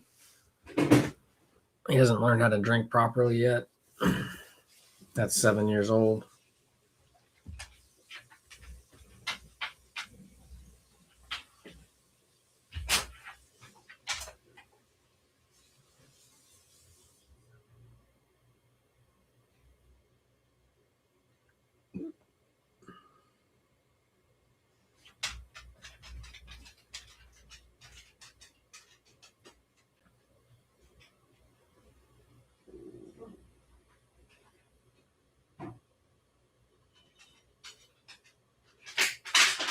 All right, raise break here, 5-5 for 500.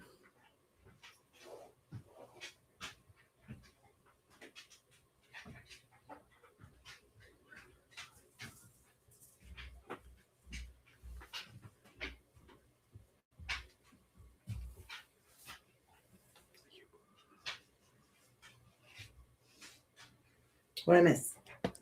Ray ran 3 balls to get that last game, so it's 5-5. And he's dry broke right here. I'm so hungry. I know, right? I was gonna ask you if you want another piece. I know, I do kind of. We're commentating. I know, right? Probably shoot this combo. The 1-7? I think so.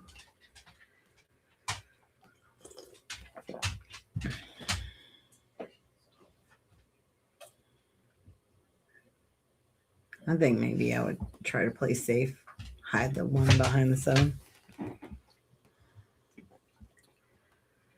The dog is under the desk, so if it gets hazardous, guys. If it sounds weird. Come here. Get out of here. That's not for you. Come on.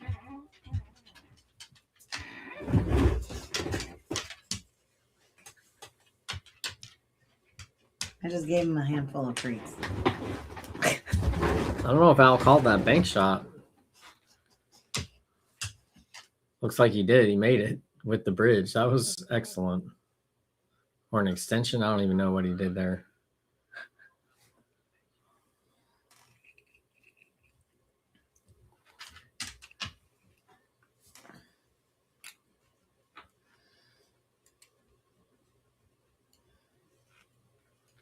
Oh, he rubbed the 5 with the 2. Didn't get quite safe the way he wanted to.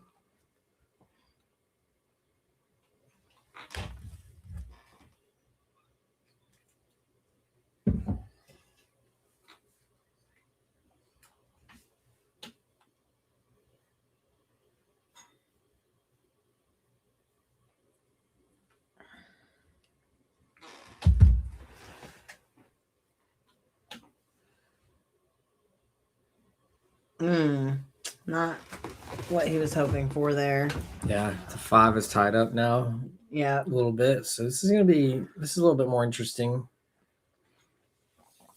I think he can play a stop shot safety right here. Unless that makes the 2 bank shot.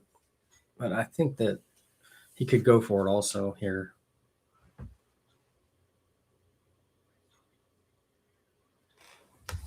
Yeah, I like that shot just to control it a little better. Shape for the 3 is not automatic.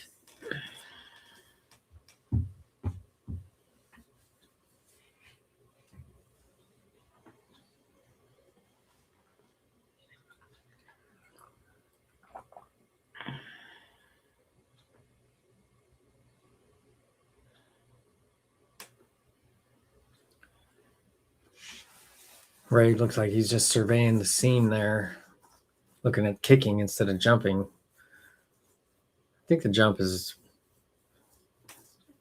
Where would you kick from though? Maybe the left side? Yeah, the left I feel like the side. right side's too high. Maybe.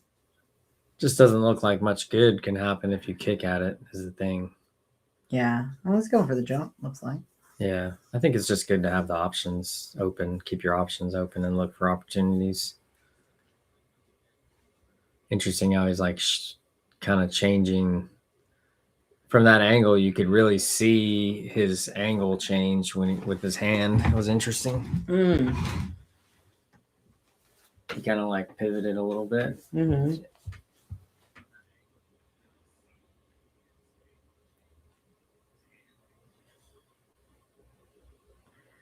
It's like the furry tip.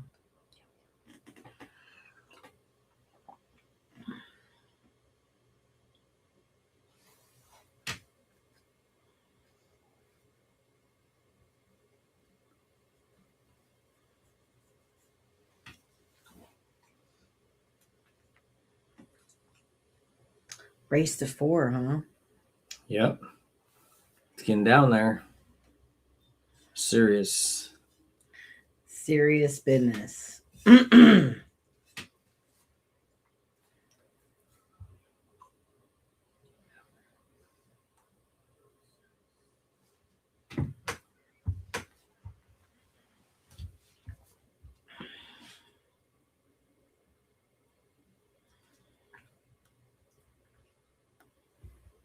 Yeah, I'm not sure exactly what the right shot is here to go from the 4 to the 5. If you're going to try to break out the 10 off the 5, and then you're going to have to move maybe both of the balls and then play shape for that one. So that's interesting.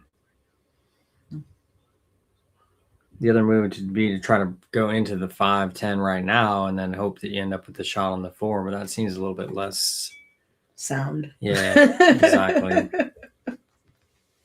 So here he kind of wants to come back to the same spot that he's at so he can go down into the 5, I would think, as far as keeping that angle.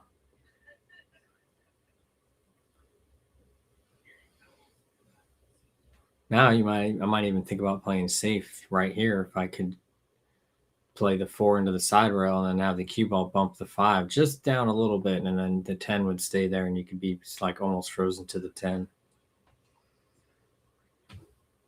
Now, this is all contingent on the 5 not going past the 6. Looks like it goes, so then that whole conversation was negated. Thanks to the camera work. It might be close. It looked like he was playing it though. Yeah. So must at some point he thought it went. True that. I think it looks really, really tough right here, but it looks maybe it's Yeah.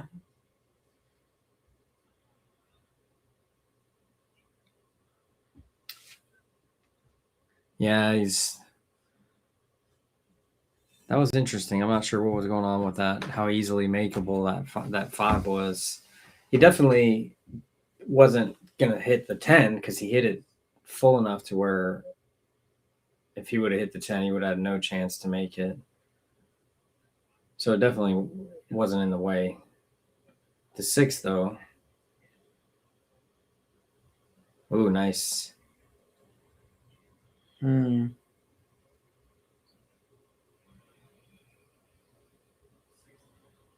feel like I would use draw here personally. Yeah.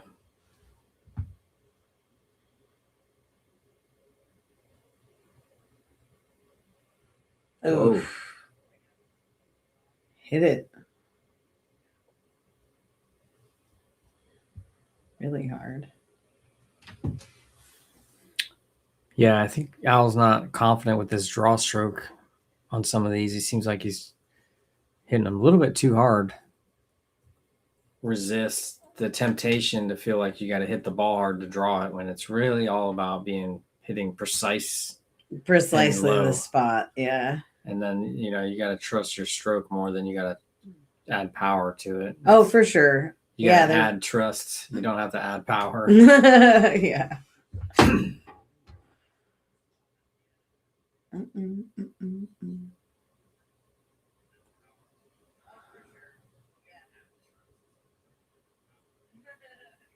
Safe. Did not like it. Interesting. Would you cut this in the side? If I thought that it wouldn't, it looks like it might come back and scratch down on the bottom right potentially.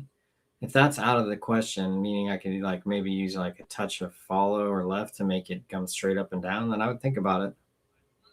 There's not much else that's really good here. The other safety play is to bank the 6 at the 8 and then leave the cue ball kind of by the 9. Mm-hmm.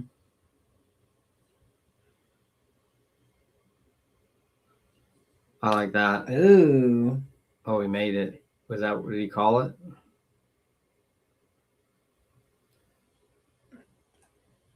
I think he was trying to save.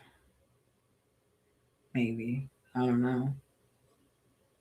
Looks like they're talking about it. I don't know. Or maybe he just wasn't trying to be that close or there on the 7. You know? That was a great shot. Yeah.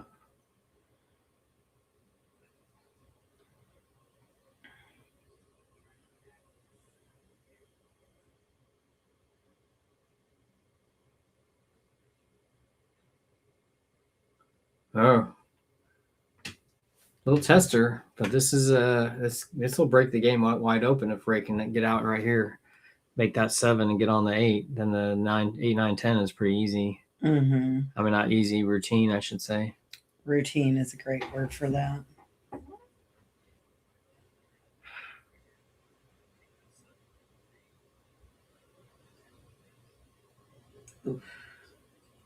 Ooh, got a little bump on the 8.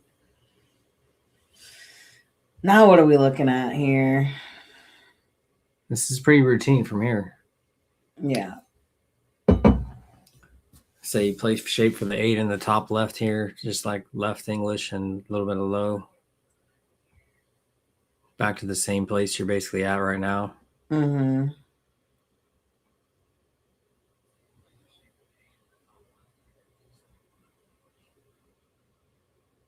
Ooh. Mm. Baby did a little bit and just didn't get the power on it. He needed to. Called the bank. So with this one, you just got to make sure you leave yourself an actual shot on the 9. I don't know if he wants to be banking the 9 here. He needs to come out off the end rail. Yeah. And come back a little bit lower than where he's at. Mm-hmm. Interesting. All right. We got the 8 in the jaws and the 9 just outside the jaws. And the 10 on the spot. Yep. Nice. Here we go. Should be pretty standard.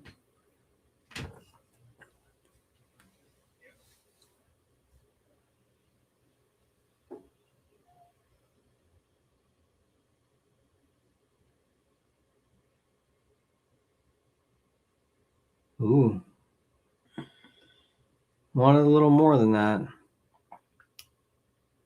He's going to be all right. You just got to shake it off and get out from here anyways.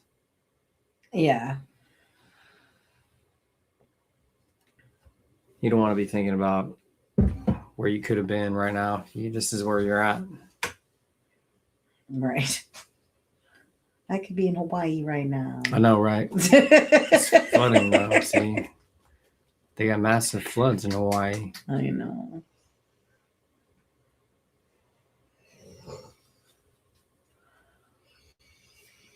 Got a little bit of a lag on the video. Apologies for the choppy internet connection. I blame CenturyLink. I know, right?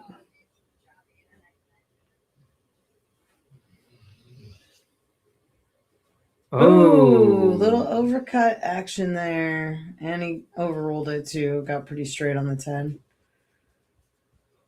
So what are you doing here, babe? I'm banking the 9. Same. Bank the 9. Bottom left.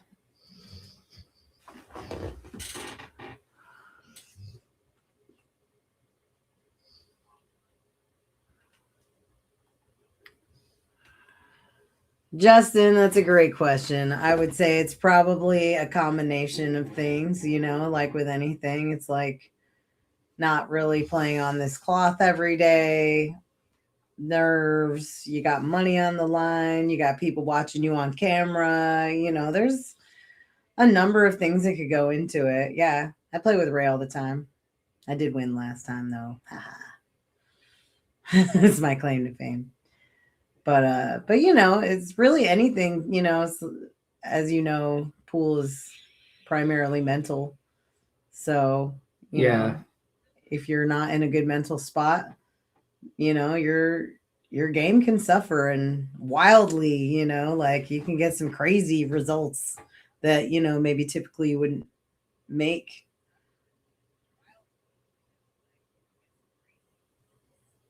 Yeah, Ray's trying to regroup here. But if you can get it, I think a little bit it's like how you respond to the negative things, the things that are happening. They're like, dang, a lot of that's just, you got to be in the moment, and once you lose that, it takes a while to figure out how to get back there. It's like this shot, he's like, dang, I'm on the rail. You got to think, okay, I just got to hit the 10, find my contact point or whatever your aiming system is, and then just execute on it. And then show yourself that you can perform, and then now you can get up back, you start picking yourself up again. Yeah, he's just not really feeling comfortable, and then you start thinking about what you're doing wrong. It turns into like a negative feedback loop. Exactly. And then you're like looking for like things you're doing wrong instead of looking for like, what do I do when I'm playing well? What does it look like? What does it feel like? Those are the things that you're searching for. It's not what you're doing wrong. That's in front of you already. That's the present moment. What you're doing right is happening later. And then you got to like kind of draw yourself in from there. Al's called the bank. He's made most of his banks. Oh yeah. Dang. That was that was like a nail biter game. Could have went both ways a couple times. Al's got 6. 3-4 race. Al right now. Yep. But yeah, also speaking towards the conditions that you're playing in, the cloth is different cloth than Simonis. It does not play the same as Simonis does. So I think that's affecting both players, especially the use of side spin. Side spin doesn't play the same, so you have to kind of get that comfort. Yeah, and if you're a player who plays spin on like every single shot, and you're like really comfortable shooting with a ton of spin on the ball, it's not going to react the same in this condition of the cloth that we have here. Right. Yeah, and if you're relying on what you think from before, you're going to be that's where you get in trouble because it's not the same. You got to like, okay, what do I actually need to do? What is the actual line going to be like? Yeah. And just being able to pivot, I think just the ability to pivot is so important in that regard as well. Yeah. And just adjust, it's like, don't play like, play like, you're trying to learn the table and really understand it. Exactly.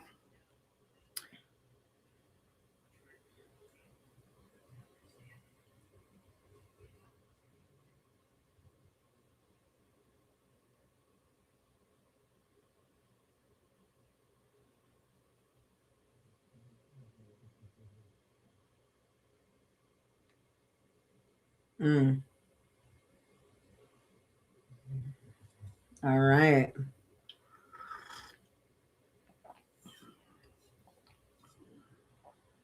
Al's got the 1 ball. Ugh.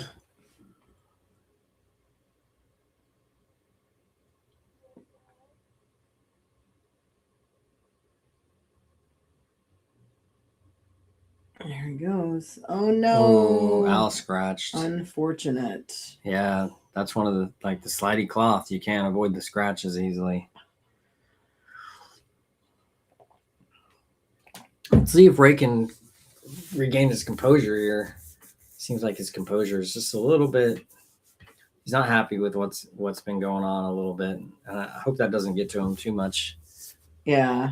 He can pull it all together right here and just start playing good again, like at any moment. That's just kind of the way I look at the game. Is it's like, doesn't really matter how you're playing now. What matters is how you continue to perform over time and the adjustments that you make. Right. You know, because even if you're playing great, you still want to play better. Really, it doesn't matter how good you're really playing. You know, great for you is not. That's like every high is a new low. That's how it is. Like the better you get, the more expectation is that you're going to play at a certain level. And then that just makes it to where, well, we, you know, like what you used to think was your best game is now just like the floor of your game. And that makes the game, you just get to continue to try to strive for better all the time, even when you're playing good, because that's how you get better. Interesting. He's doing okay here. This is a tricky rack. The 8 to the 9 to the 10. The 9 is really tricky to get on, I would say, right here. Everything else is like... Actually, yeah, he's going to probably slow roll here, I think, and just leave himself for the 5. Center right.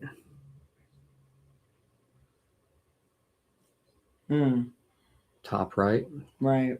Same kind of thing. Same kind of thing. Right.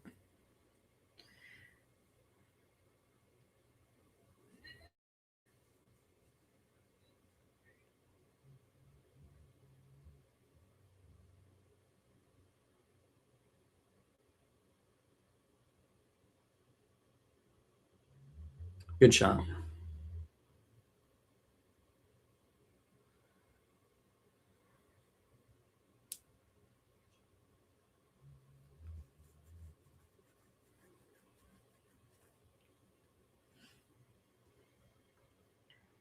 Ooh. That could be costly. I mean, the 8-9 is still weird, but you know. Yeah. It's just a little bit more precision for the 8 to the 9 than it's typical. But, you know, if you have a long lead up to it, then hopefully you can get to that nice spot where it's easy to get there. Yeah, totally.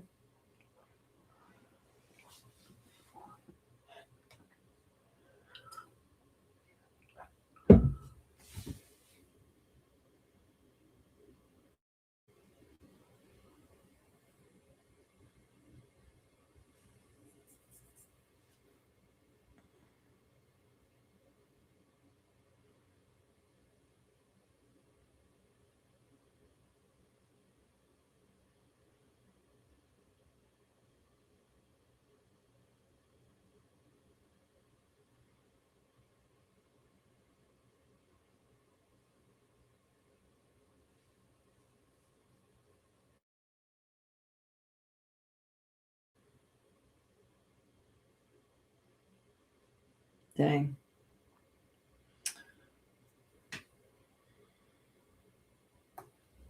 Yeah, a little bit of struggle in here. Yeah. Question, would you try to cut it in the side or go corner and maybe try to play the 8 in the side pocket, you know, like bring the cue ball further down table so that way you can get that easy 8 to 9.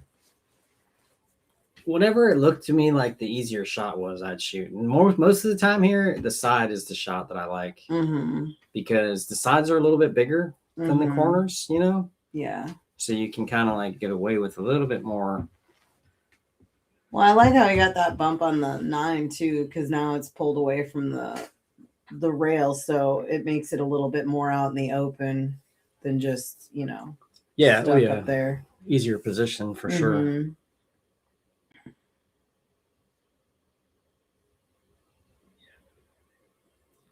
Ooh, good shot. Coming right back.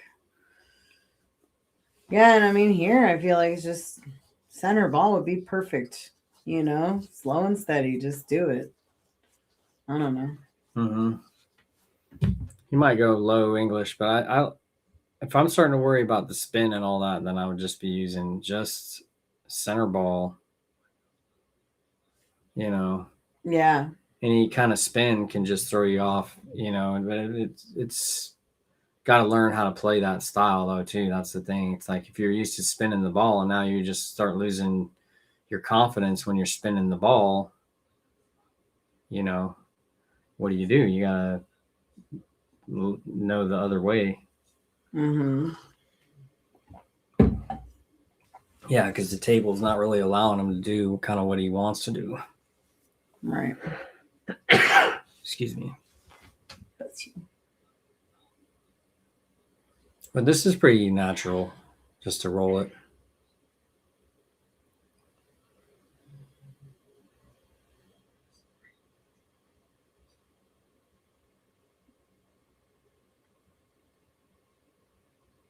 All right. Looks like Ray's just got an easy shot. White sizzle. A match at 12 on a Thursday. Do people work anymore? We commented on that earlier, actually. But no. Not everyone is forced to work at noon on a Thursday. Yep. Well, and this is work for us. Yeah, we're working. Ray and Al are working also, in a way. I know, right? Working hard for the money. I think that's Rodney.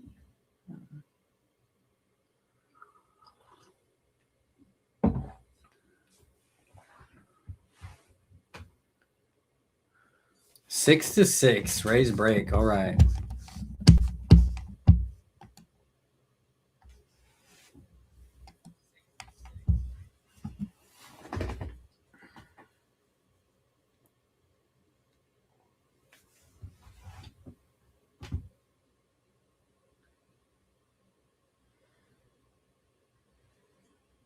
Yeah, it's been pretty neck and neck.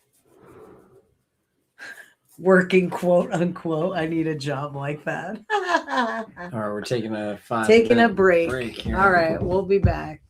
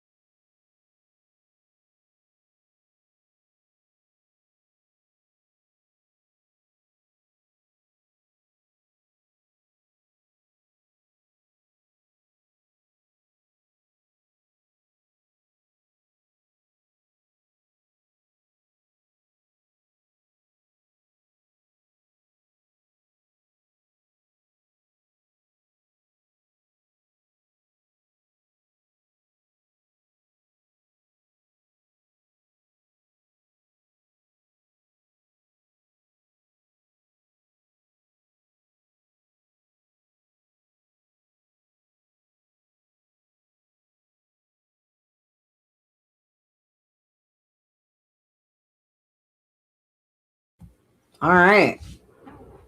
We're back. I think Al's headed back out to the garage. Actually, no, I think maybe Ray is now taking a break. So we're still on break.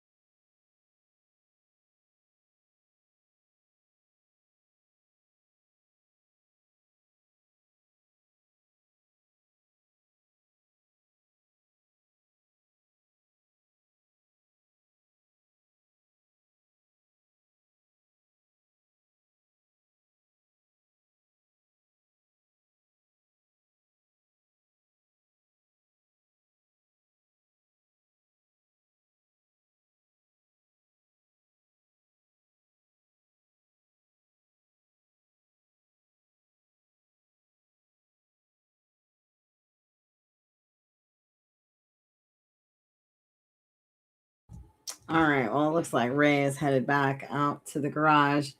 Thank you for your comment about the felt. We like it. It was very generously donated by Brunswick Billiards. So we're grateful that they were able to do that for us. You know, gives I'm sure like in a month it'll start playing. You know, right now it's got that Teflon coating on it, so it's slippery, but when I say slippery, it's not like fast. It's actually slower than the cloth that I had on there before, which was the Simonis 860 HR. But yeah, it looks like Ray is getting ready to get in there and break them up. I mean, it's been pretty even so far. It's pretty good. Oh yeah, 1 game max separation, right? Yeah, the whole time. I don't think anybody's gotten a 2-game lead, have they? No, I don't think so.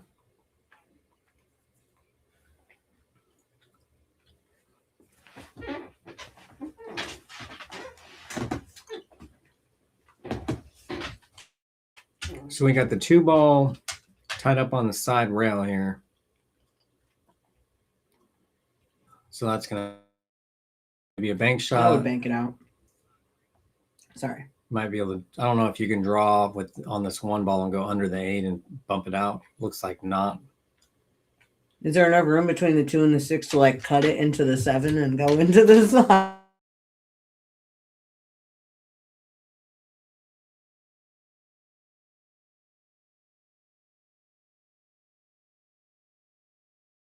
I think I was just playing for this bank shot the whole time. Oh, yeah. I was just being cheeky.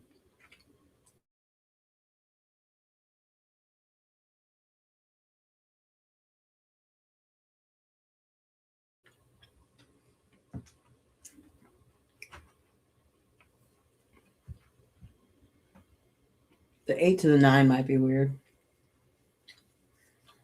But Oh yeah, we got a ways to go in the 3 and nice shot. in there.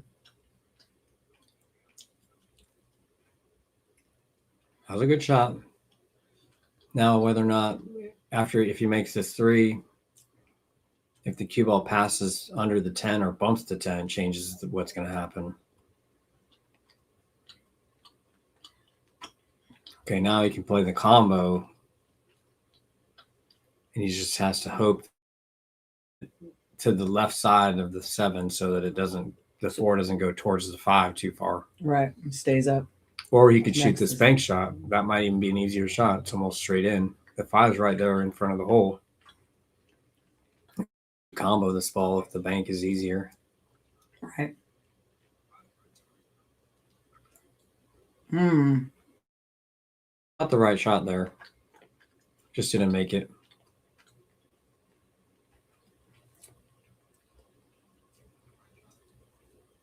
It's a big shot for Ray.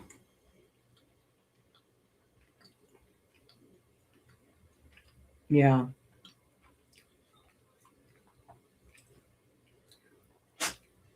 Because that could bust the game kind of wide open, right? Well, I mean, if you can make this shot and get out, it's a huge confidence booster. Yeah. I mean, it's 6-6, race to 9, so it's a 3-2 race, right? Ooh. Like, it's a race to 3. Yeah. Every shot's key, and then Al just missed that after kind of like almost getting out. Basically, Al, like, if he made that 4 ball, he was looking good. Mm-hmm. But then now, if Ray had made that, then it would be in the same situation. But now we're back to there where it's like, okay, these balls are pretty runnable because from the 7 to the 8 shouldn't be super tough. Right. You'll have some sort of a shot as long as you play the speed relatively good.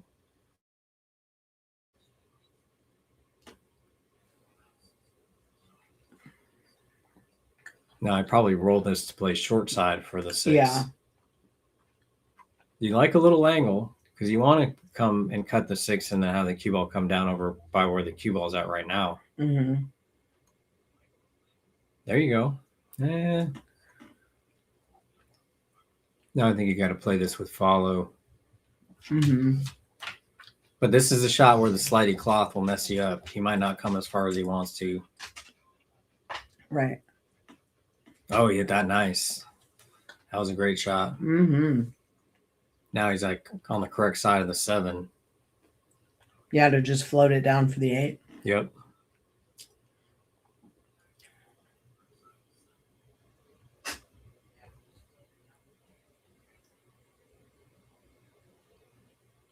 A little straight. Looks okay.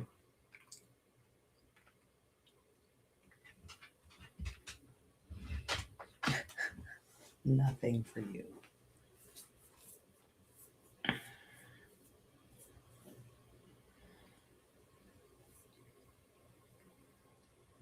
you follow it and go with like 2 rails? Yeah.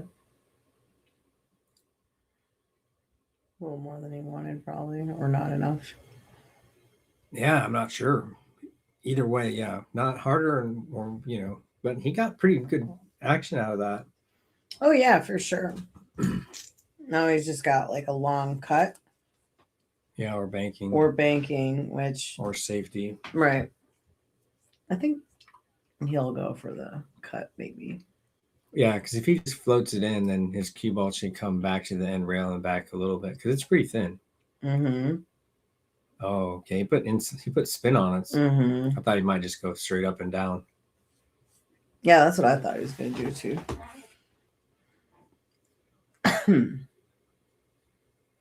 Oh, we just got to bear down and make it. Find your spot.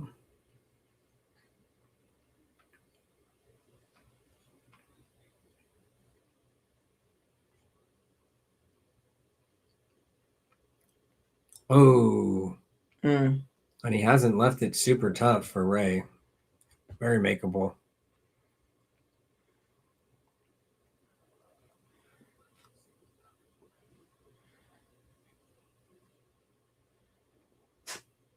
Bruh.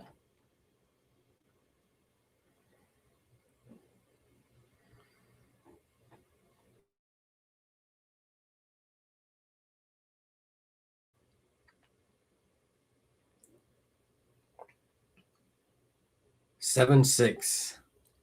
Wow.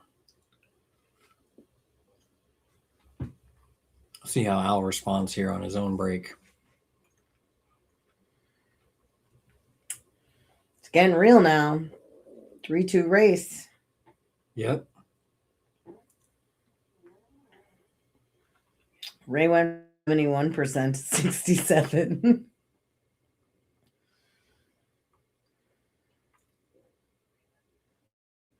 Let's go, Ray. We love Ray. Let's go Al too, because we love Al too.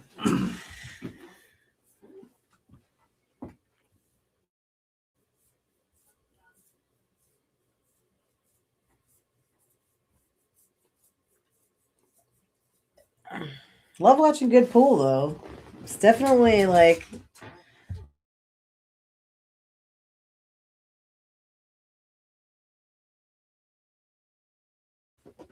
oh yeah. Never a dull moment. On the edge of your seat.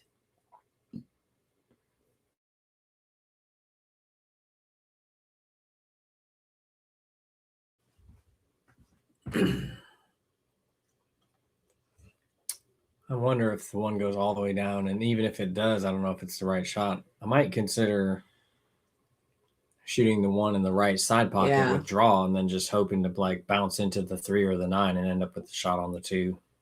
Mm-hmm.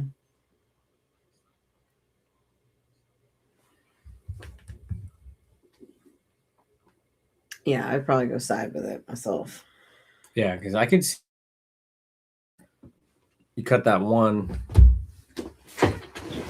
in the side, you withdraw, and then you bump the 9, and then the cue ball continues on and bumps the 3 to the side rail, and then you end up with like a really nice shot on the 2. The cue ball ending up basically where the 3's at right now.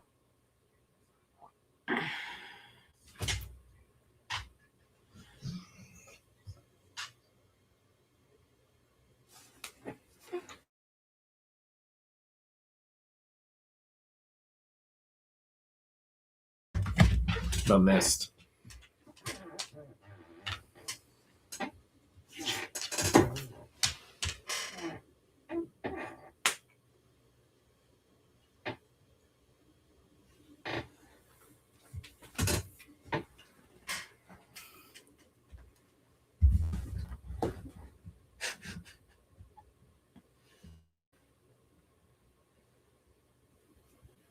It's like backwards cut. Really thin. Maybe. In it. It's like Ray got the window Yeah. to at least see it. I don't know if he can get where he needs to be to shoot it in the bottom right corner, but he could cross bank it or play safe.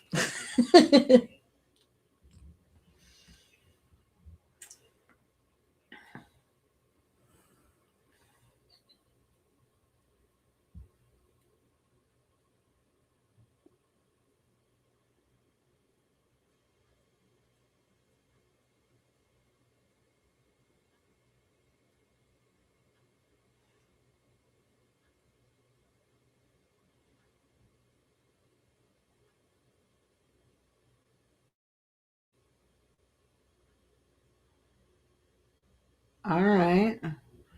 Oh. Interesting. It looks like you could just play that one in the bottom left corner and then come down if you put. I mean, that 3-9 is just going to be your biggest.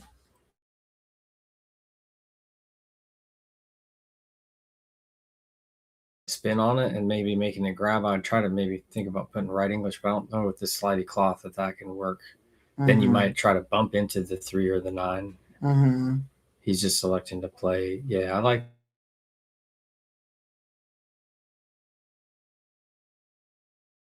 From up above. Oh, yeah. You could just park it behind the 9, like the cue ball. Yeah. Shoot the 3 into the 7 or whatever. And it's probably going to leave you a good safety. Ooh, in there. Does it go past the 10? I don't think so. And it's no early 10s, so there's no reason to shoot at it. Right. If it's tough.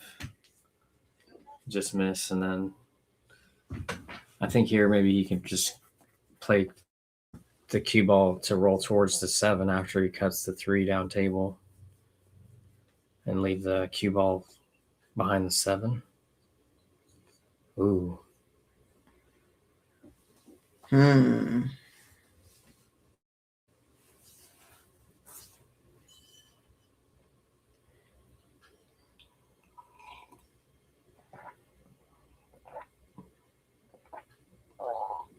Yes, this table is a gold crown. It's a gold crown 3.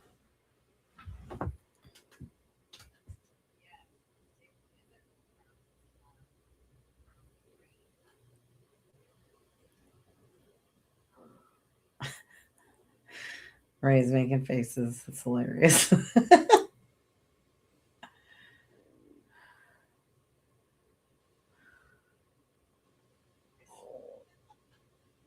Ooh. He's leaving the kick. Right.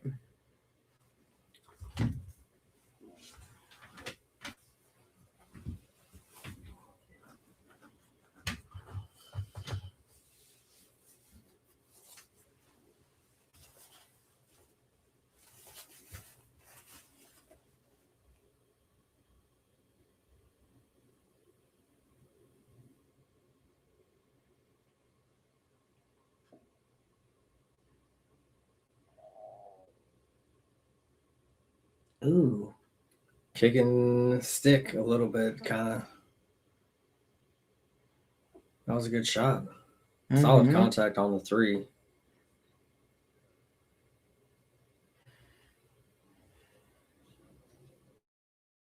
Here.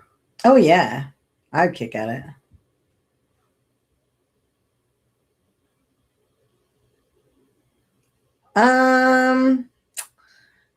You know, it's an interesting question because personally, I grew up playing on a gold crown 3. So for me, this was like my dream table growing up, right? Like, I want the table that I played on every single day, you know, that kind of thing. So I've got like a little more of a sentimental attachment to the gold crown 3.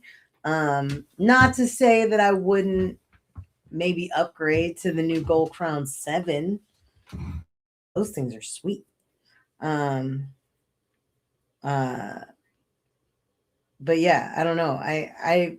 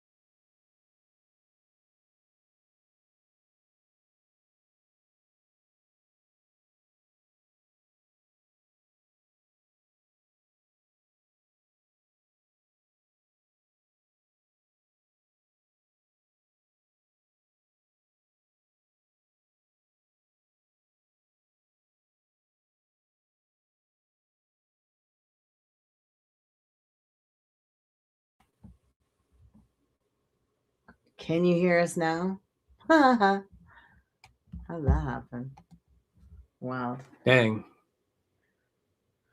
Ray, I think, sent the cue ball off the table and we weren't aware.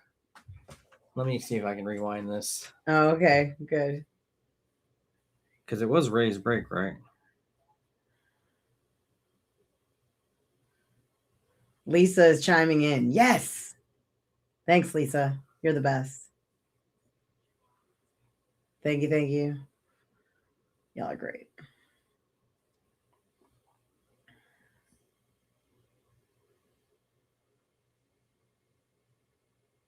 He miscued.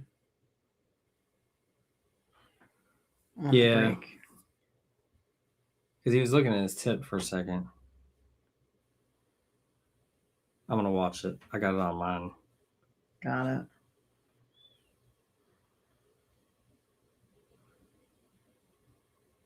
Oh. Maybe you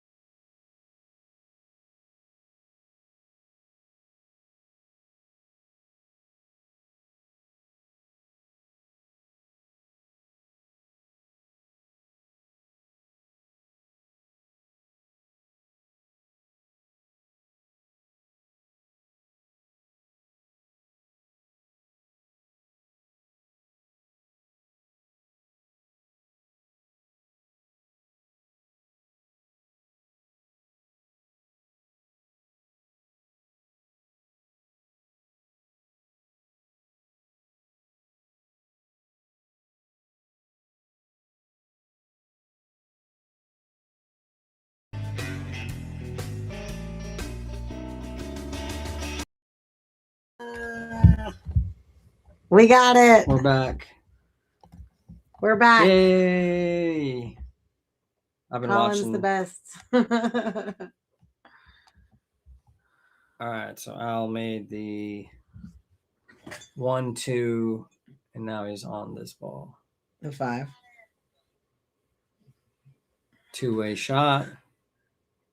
Thank you. Ooh. Glad to be back. Appreciate it. Thank you so much.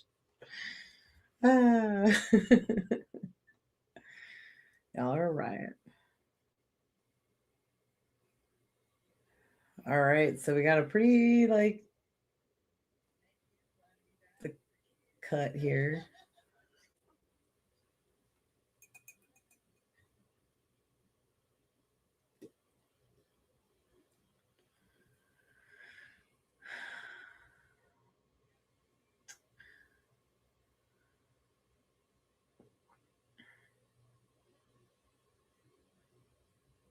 Whoa.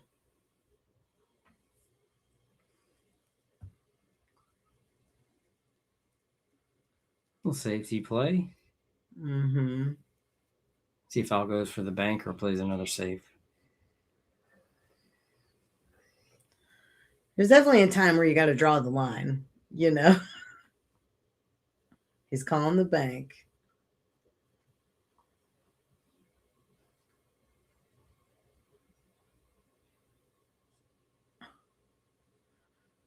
Ooh. I think maybe on the slidey pocket table, it's worth it to shoot the 5 past the 6. Yeah. I was about to say the same. I was like, I'll bet it'll go if you hit it.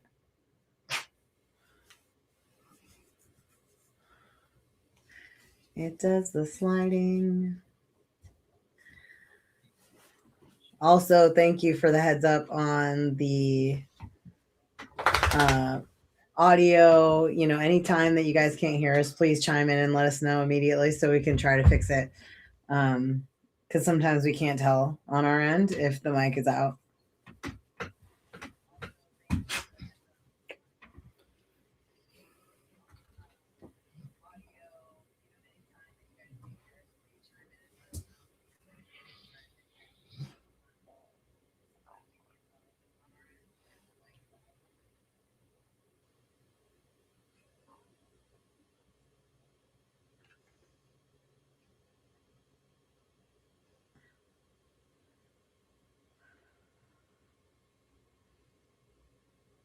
Yeah, agreed. No, he had a great shot, and we were talking all about it. And then you're like, "Can you?" You were like, "No."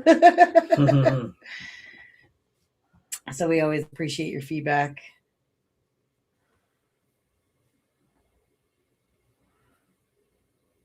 Ray tried to play it safe, bump the 8 with the 5. And with the two-way situation, you might have made the 8 or the 5 ball in the corner. He called the 5 in the corner, but then it didn't hit any of it, and that's why it's sold out. He was trying to play behind the 9 with the 5 ball. Ooh. All right. Well, this is pretty much left Ray. This is the game-winning opportunity, really. Yeah. It's match point, so they say in tennis. Indeed. Indeed, they do.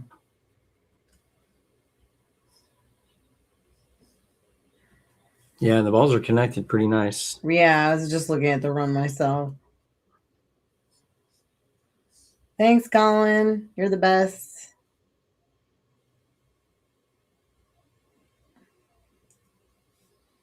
Good. Glad you're getting it figured out. Glad to help. I know, right? Happy to be the guinea pig. Comes with benefits of birds, I suppose.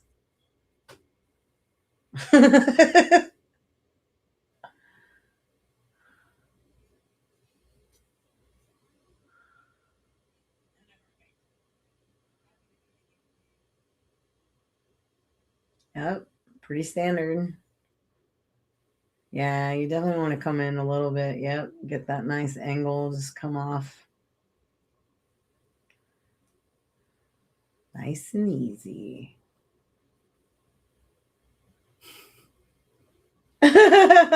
Awesome. Oh, a little short here. Yeah. Might have to play 2 rails back and forth. Yeah. Yeah, I'd really like to be almost like closest straight in would have been good on that 8, I think, because I would have liked to just draw straight back like a foot from where the 8 was. It's for the 9. Mm-hmm. See, we're getting preferential treatment because Ray's on the stream, babe. So how sweet is that?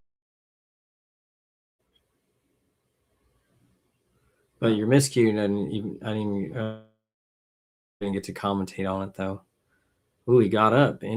Interesting. Walking around the table, looking at his line, trying to figure his life out. Because I would think from there you'd want to be. Yeah, I like playing this. Left. Exactly.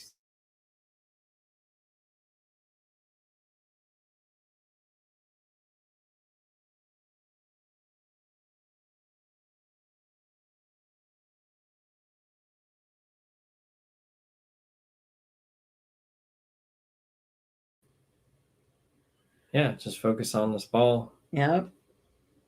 I like playing just a touch of draw here.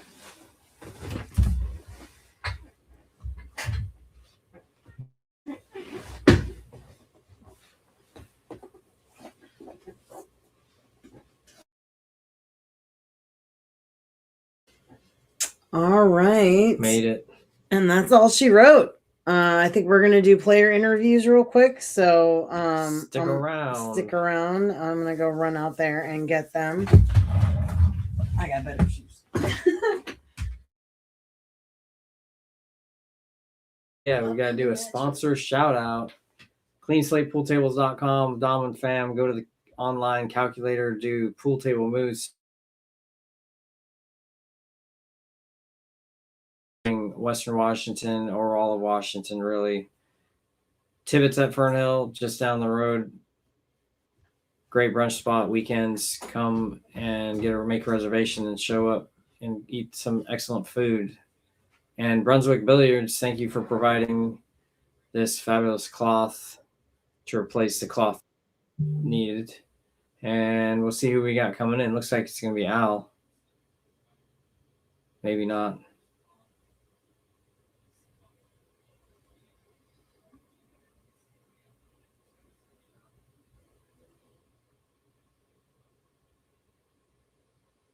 Pretty good match overall. It was like really close. Al seemed like he was playing good.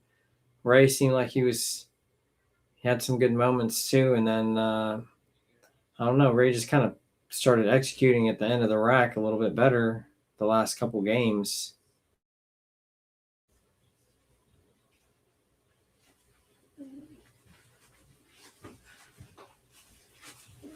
All right, player interview. Here's Ray.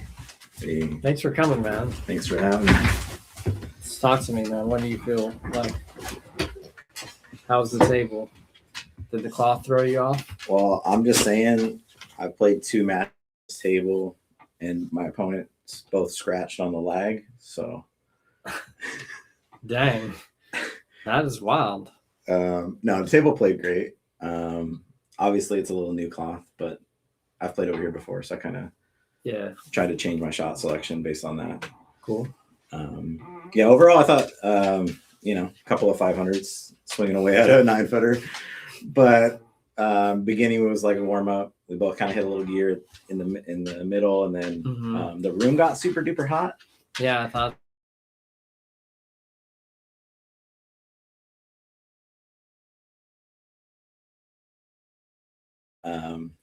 I think. Yeah, once it gets warm in there, it'll stay warm because then the walls are warm. Yeah, and it takes a little bit, so that's good. Okay. Yeah, I mean, for myself, but one safety attempt, so that was brutal.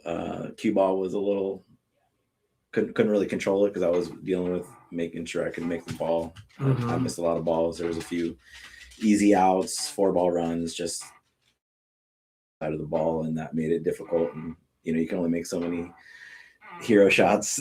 That's true. And that's true. Broke down a couple of times. A couple times it worked out, but yeah, it really could have went either way. I mean, it was at 6-6, right? So Yeah, actually 6'5". I think I was 6'5" ahead of you. Mm-hmm. So you won the last 4 games. Yeah, I think I was kind of behind most, like by one most of the match. And then couldn't get ahead. Yeah, exactly. Then just at the end, he had a couple of unexpected misses. Yeah, but he missed that 8 ball, which I was a little bit surprised about.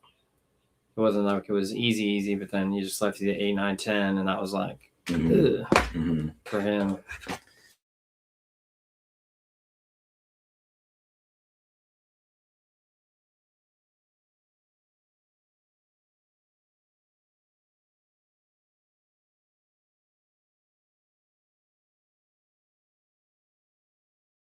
Last thanks to you. Nice. What's up, Colin? Yeah, we lost audio a couple times. I think the internet.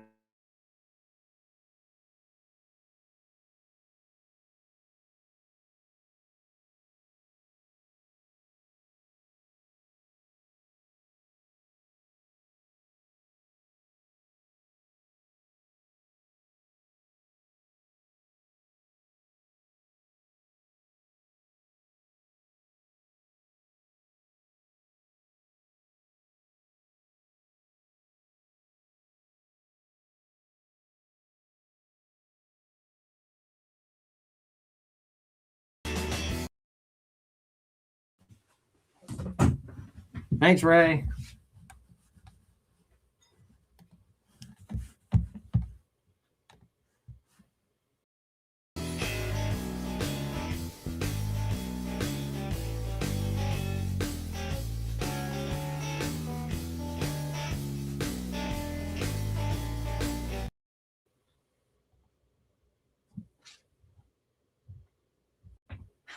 All right.